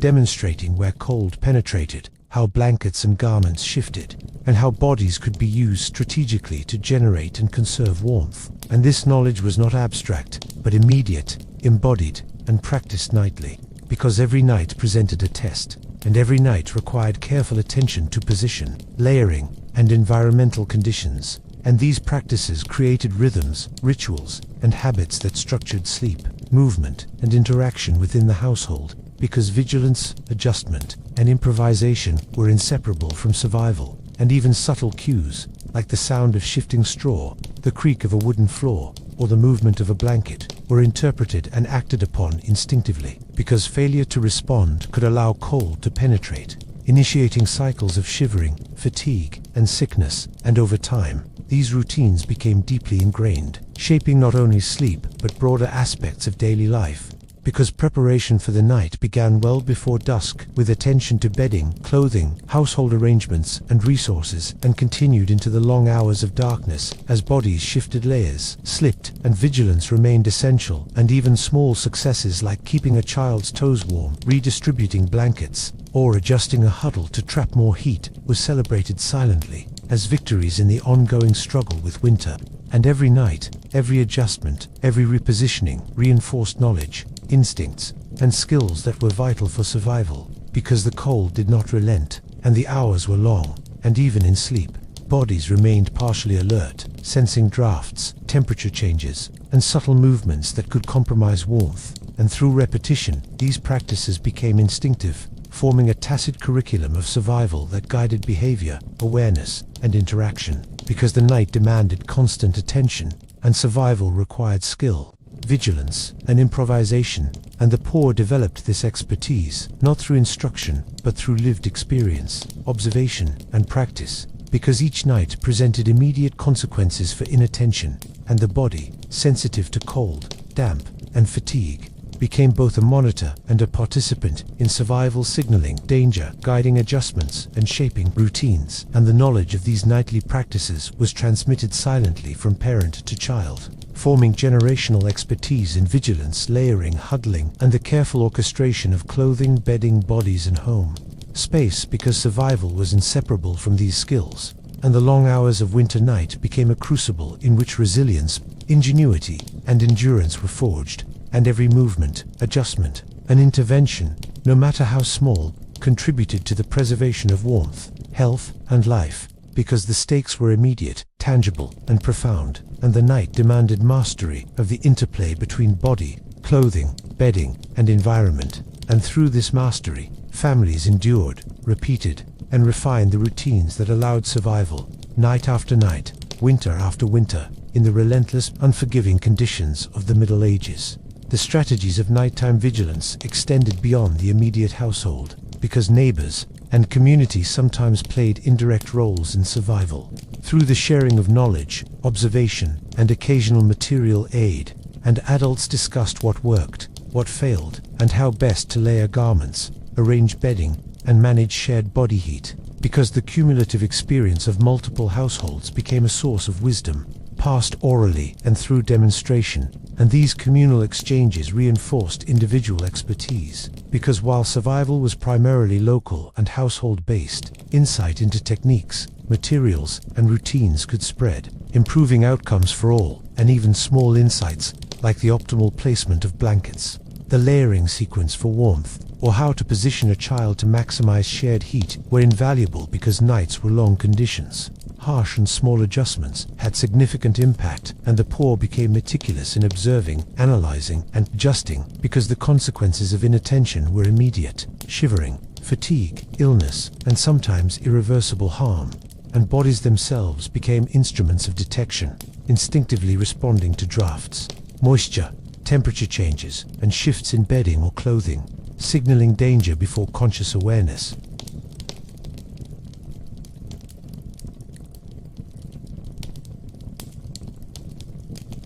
Because instinctive vigilance was essential, and the repetition of these nights embedded habits, routines, and reflexive responses that became second nature,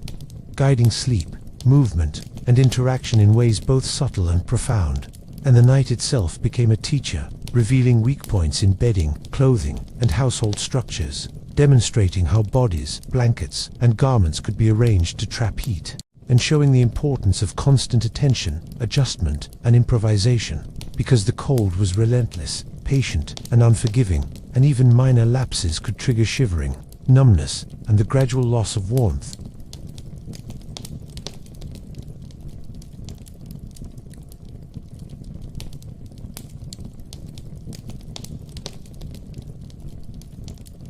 Because preparation began before nightfall, with inspection of clothing, bedding, home repairs, and household organization, and continued throughout the night, as adults and children adjusted positions, redistributed blankets, and monitored the most vulnerable members, because survival required both foresight and active management.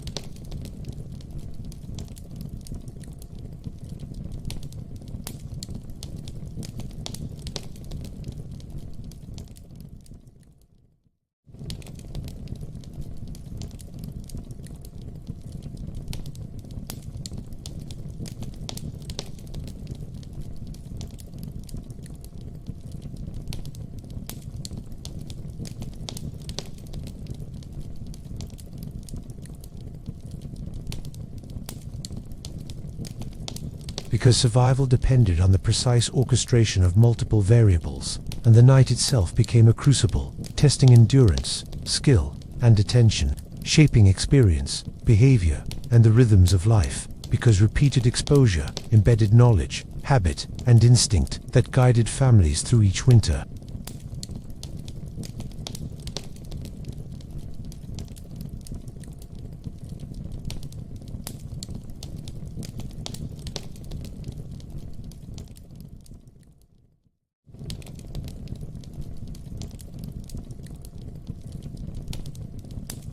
Adjusting a huddle to trap more heat was vital, because survival required constant, skilled action, and failure was costly, sometimes irreversible.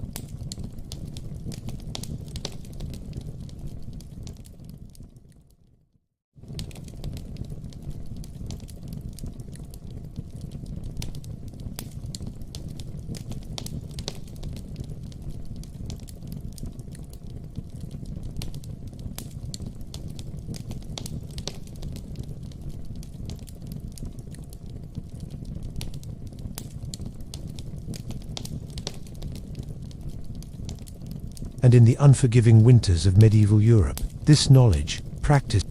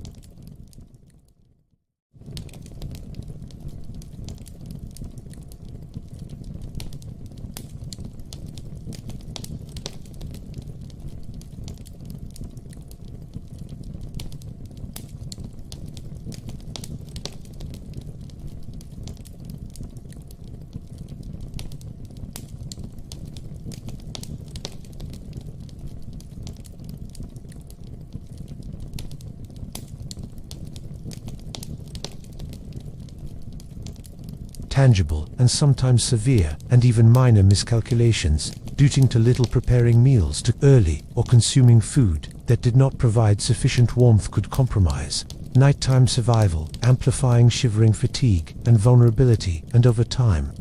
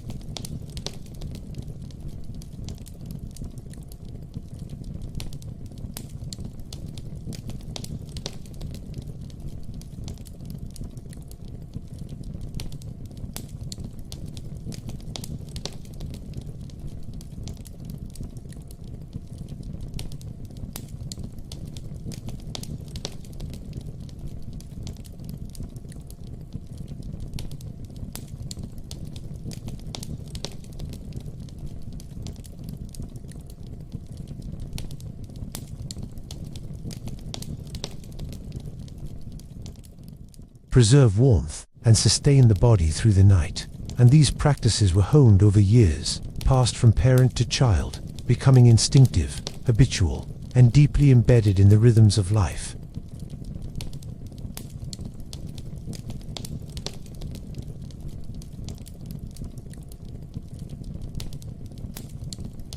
And vigilance and families adjusted, constantly responding to scarcity, changing availability, and the varying needs of each member, because children, the elderly,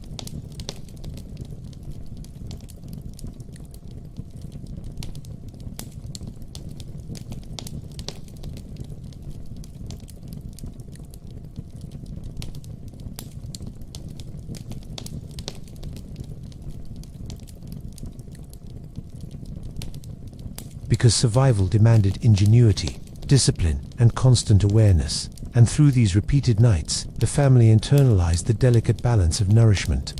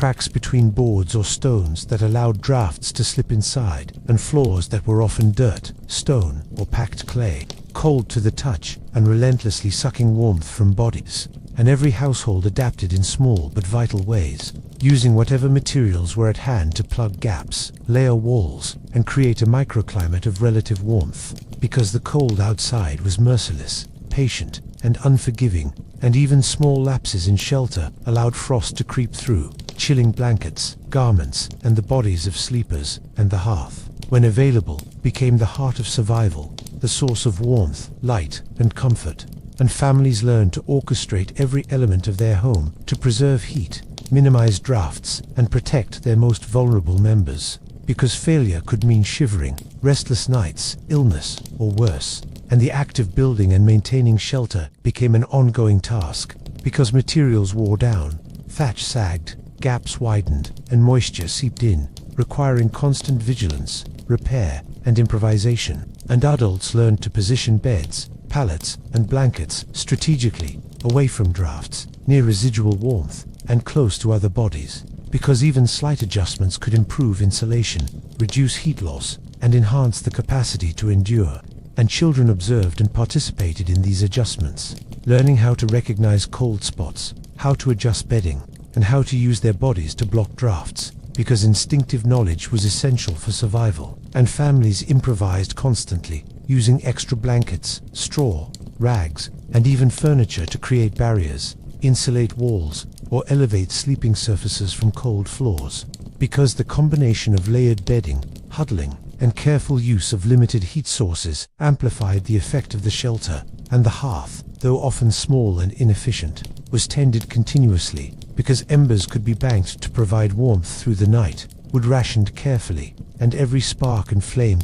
because fuel was scarce and warmth was precious. And families learned to judge when to stoke the fire, when to preserve embers, and how to balance warmth with fuel conservation, because both were critical to enduring the long winter nights. And even small innovations, placing stones or clay near the hearth to radiate heat slowly, creating windbreaks from furniture or bundled rags, or stacking fuel to maximize efficiency, could have measurable effects on comfort, endurance, and survival. And over years, these strategies became instinctive, habitual, and essential, forming the tacit knowledge of how to manipulate the home environment, conserve heat, and protect the household from the cold. Because the margin for error was small, and even minor lapses could allow frost to penetrate, chilling bodies, bedding, and clothing, and increasing the risk of illness, shivering, and sleep disruption. And the rhythm of the household was shaped by these concerns, with activities, chores, and preparation timed to ensure that shelter and fire were optimized before nightfall.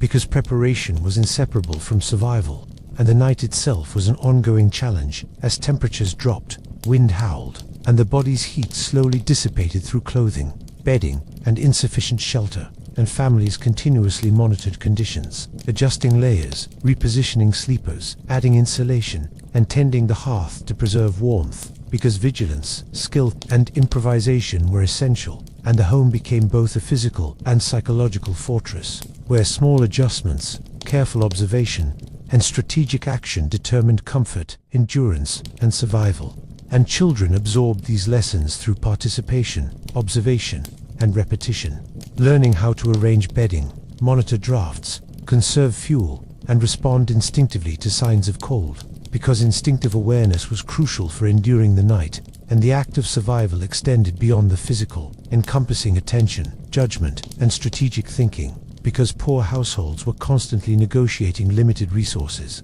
environmental challenges, and the body's needs, and the interaction between shelter, clothing, bedding, and fire created a complex system in which every variable mattered, and failure in one element could compromise the others, reducing warmth, increasing fatigue, and risking illness. And over generations, these practices were refined, transmitted, and internalized, because survival depended on both knowledge and execution. And the repeated cycles of winter nights, long hours, and persistent cold-shaped behavior, routines, and instincts, embedding the understanding of shelter, heat, and vigilance into every member of the household. And the poorest households became highly skilled, inventive, and adaptive, using every available resource: straw, rags, old garments, furniture, stones, clay, and fuel to maximize warmth, minimize exposure, and protect the body from the relentless cold. And this knowledge became both practical and instinctive, because failure had immediate consequences, and the ability to manipulate the home environment determined endurance, health, and survival. And even minor improvements, repairing a gap, adding straw under a pallet, positioning bodies near residual warmth, or conserving embers could significantly increase the chances of surviving the night. And through this continuous, active management of shelter, fire, and the home environment, families endured night after night, winter after winter, learning the subtle interplay between insulation, warmth, vigilance, and resourcefulness, because survival required constant attention, skill, and adaptation. And the cumulative effect of these repeated nights was the cultivation of resilience, knowledge, and instinct, because the body, home, bedding,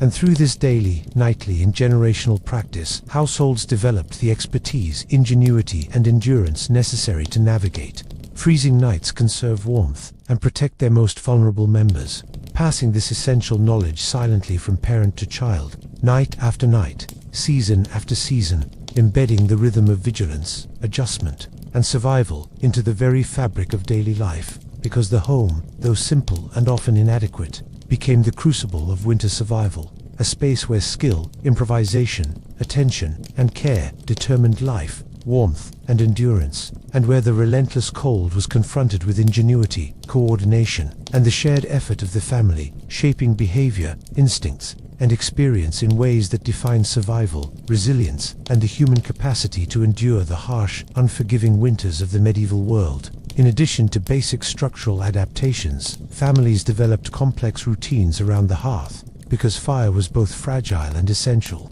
and tending it required constant attention, skill, and foresight, and adults carefully managed fuel, stacking wood to maximize airflow, preserving embers for slow, long-lasting heat, and regulating flames to provide warmth without consuming supplies too quickly, because fuel was scarce. And even a single misstep could leave the household exposed to cold through the long night, and children learned to participate safely, observing how embers radiated heat, how smoke indicated draft problems, and how coals could be banked to release warmth slowly, because this knowledge was vital, an instinctive understanding of fire, its behavior, and its interaction with shelter and bodies became a necessary skill for survival, and the poor adapted creatively, using stones or clay around embers to store heat, positioning beds or pallets near residual warmth, and arranging furniture, rags, and straw to block drafts while reflecting heat into living spaces. Because every degree of retained warmth could mean the difference between comfort and suffering, or health and illness,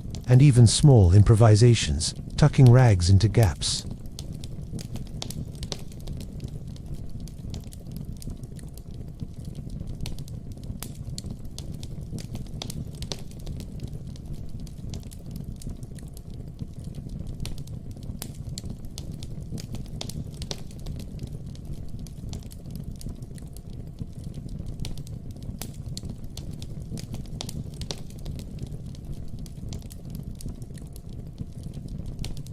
and these nightly routines, repeated for decades, became internalized, instinctive, and essential, guiding sleep, movement, and interaction.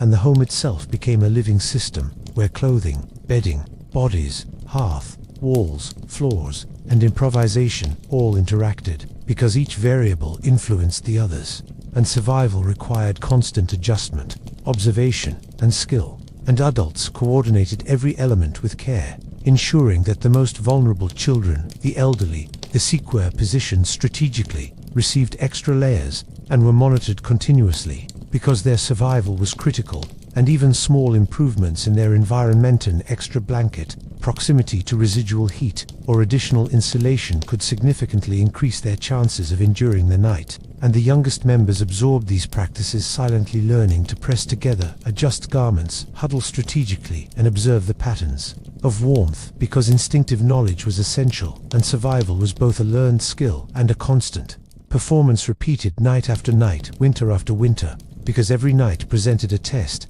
and every action tending the hearth, adjusting bedding, managing fuel, redistributing bodies, improvising insulation contributed to warmth, endurance, and life, and over time, these routines embedded practical wisdom, skill, and resilience, shaping behavior, instincts, and the rhythms of household life. Because repeated practice in response to immediate consequences formed an embodied knowledge that guided all interactions with fire, shelter, and bodies, and even the act of entering sleep became a careful negotiation, a balance between rest and vigilance, because bodies remained partially alert to drafts, falling temperatures, and shifts in bedding or clothing, and the smallest movement could compromise insulation or shared warmth. And through this continuous, attentive engagement, families developed expertise that allowed them to endure long nights in fragile homes, improvising solutions, conserving fuel, and maximizing warmth from limited resources. And these practices became deeply internalized, shaping perceptions of space, fire,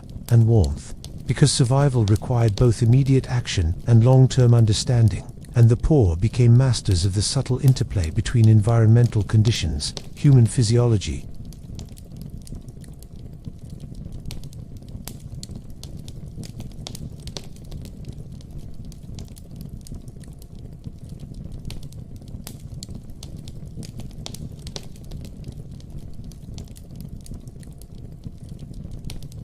but experience and observation taught instinctive skill, awareness, and judgment, and even the poorest households cultivated resilience, ingenuity, and coordination, because the cold was relentless, patient, and unforgiving, and survival depended on active management, continuous attention, and careful orchestration of shelter, fire, bedding, clothing, and bodies. And the night itself became a crucible in which skill, instinct, and endurance were forged, because repeated exposure, careful observation, and adaptive response shaped generations, teaching them to read their environment, preserve warmth, and protect the most vulnerable. And the home, though simple, leaky, and cold by modern standards, became a carefully managed system of survival, where every element, from walls to straw, embers to garments, bodies to bedding, was optimized, adjusted, and monitored with skill, care, and experience. Because life in winter was fragile, the margin for error small, and every action, adjustment, and innovation mattered profoundly. And over decades, these nightly routines, improvisations, and practices created embodied knowledge, resilience, and instinct that guided households through the harshest conditions, because the poor endured, adapted, and transmitted vital survival skills silently from parent to child, generation after generation, night after night, winter after winter, ensuring that despite scarcity, cold, and exposure, life persisted, sustained by vigilance, skill, ingenuity, and the tireless management of home, hearth, and human bodies. And through this unbroken cycle, the art of enduring winter, of preserving warmth, and of navigating the relentless hours of darkness became an essential, lived expertise, shaping the experience, behavior, and endurance of entire households, because survival in the Middle Ages depended not on luck or comfort, but on careful observation, skillful management, and the continuous attentive orchestration of shelter, fire, bedding, clothing, and shared human warmth.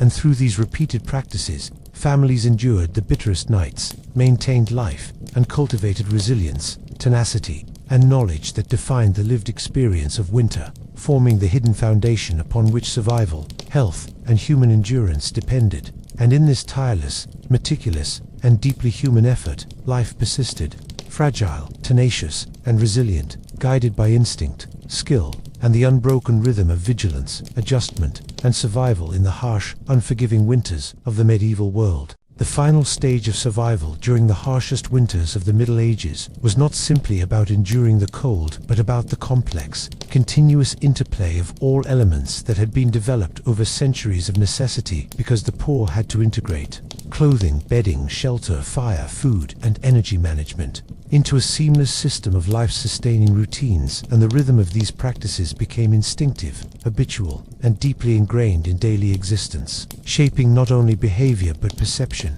judgment, and the very experience of winter, because survival was a skill honed over decades, transmitted silently and practically from parent to child, generation to generation, with every failure and every success reinforcing knowledge, resilience, and instinct. and the night itself, long, dark, and merciless, became a crucible in which skill, vigilance, and endurance were tested and refined. Because there was no margin for error, no room for complacency, and even small lapses could result in shivering, fatigue, illness, or worse. And families learned to anticipate, adjust, and respond constantly, because the cold outside and the drafts within their homes demanded continuous engagement, observation, and action, and the body itself became a guide and a monitor, signaling temperature changes, dampness, or insufficient warmth, prompting subtle interventions, repositioning, layering, and huddling, because instinctive responsiveness was essential. And over time,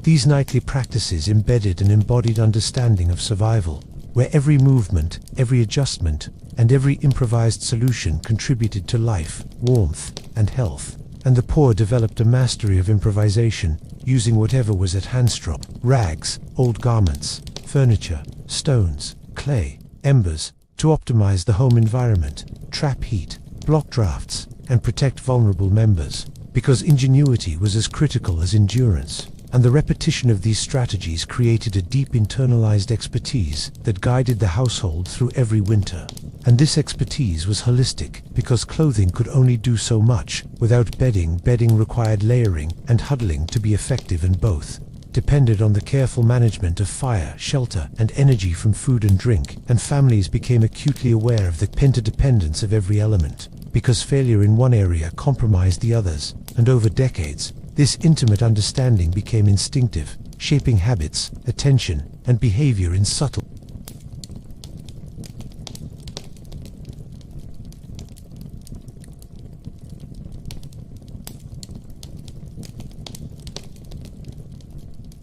because their survival was directly dependent on skillful engagement with every aspect of winter living, and every night became a rehearsal, a test, and a reinforcement of knowledge, where adults orchestrated bodies, blankets, clothing, fire, and shelter in a careful dance, rotating bodies for shared warmth, preserving embers for gradual heat, layering clothing strategically, redistributing bedding, and improvising insulation, because each action contributed to endurance, health, and life. And over time, these routines shaped perceptions of space, temperature, and risk, creating a tacit curriculum of winter survival that guided instinct, judgment, and behavior, because the poor had no safety nets, and each night was an immediate and tangible test, where the cold was patient, relentless, and unforgiving, and every degree of retained warmth, every conserved ember, every strategically placed blanket or huddle mattered profoundly. And the repetition of these nights instilled resilience, ingenuity, and confidence, because survival was continuous, learned experientially, and embedded in the very rhythms of life. And through these repeated cycles, households cultivated not only practical skill but also psychological endurance, because the anticipation of long hours, the mastery of vigilance, and the knowledge of how to respond to every subtle sign of cold, dampness, or exposure provided a sense of control. In a world defined by scarcity, harsh conditions, and unpredictability, and the interplay of clothing, bedding, shelter, fire, food, and vigilance became an integrated system where adjustments in one area enhanced performance in another, and families learned to optimize resources, coordinate efforts, and monitor each other continuously, because the survival of one depended on the survival of all.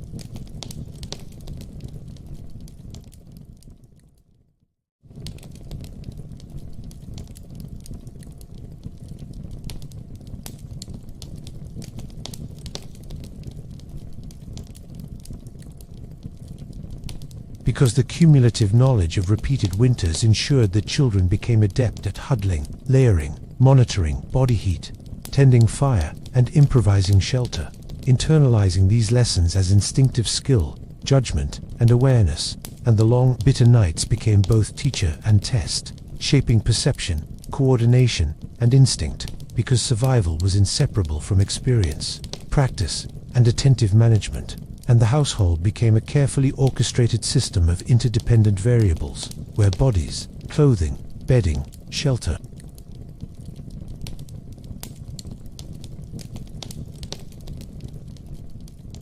and through constant practice, the poor mastered this complex system, surviving winters that would otherwise have been fatal. And even the simplest improvisation, pressing garments, redistributing straw, elevating pallets, preserving embers, or adjusting body position had measurable consequences, amplifying warmth, preserving energy, and extending endurance, and the repetition of these actions embedded instinct, skill, and confidence in every member, because survival required continuous attention, skillful execution, and the ability to respond to subtle cues in the environment and the body. And the experience of winter became not just a physical challenge, but a formative influence on psychology, behavior, and culture, because endurance, vigilance, and ingenuity were practiced nightly, transmitted silently, and embedded in daily life, shaping the rhythms, priorities, and social interactions of the household, and even in the most modest homes. These practices ensured survival, because the combination of human skill, attention, and shared effort created warmth, protected health, and preserved life in ways that no single element could achieve alone. And the lessons of these nights were learned experientially, passed from parent to child, and became instinctive, forming a continuum of knowledge.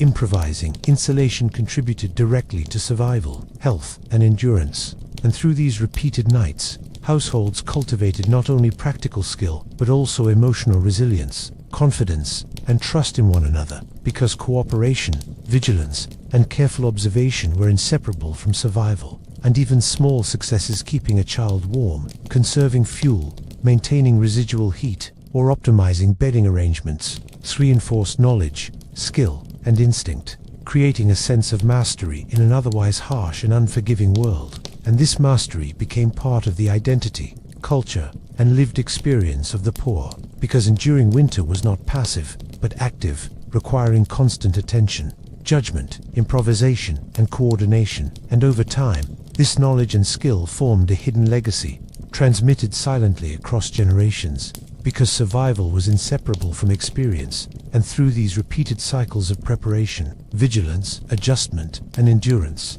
life persisted, tenacious, resilient, and deeply human, shaped by the continuous, careful orchestration of clothing, bedding, shelter, fire, food, energy, and shared warmth. And even in the most bitter, relentless nights, families endured, adapted, and thrived in ways that revealed profound ingenuity, skill, and resilience, because survival was the result of knowledge embedded in practice, instinct, and attention. And through this knowledge, the poor conquered the winter night, preserving life, health, and warmth through relentless, patient, and unyielding effort. And the lessons learned, the skills acquired, and the instincts developed became part of the living, silent inheritance of households, guiding behavior, shaping endurance, and ensuring that even the harshest, coldest, and longest nights could be endured, navigated, and survived, night after night, winter after winter, generation after generation, culminating in a legacy of human resilience.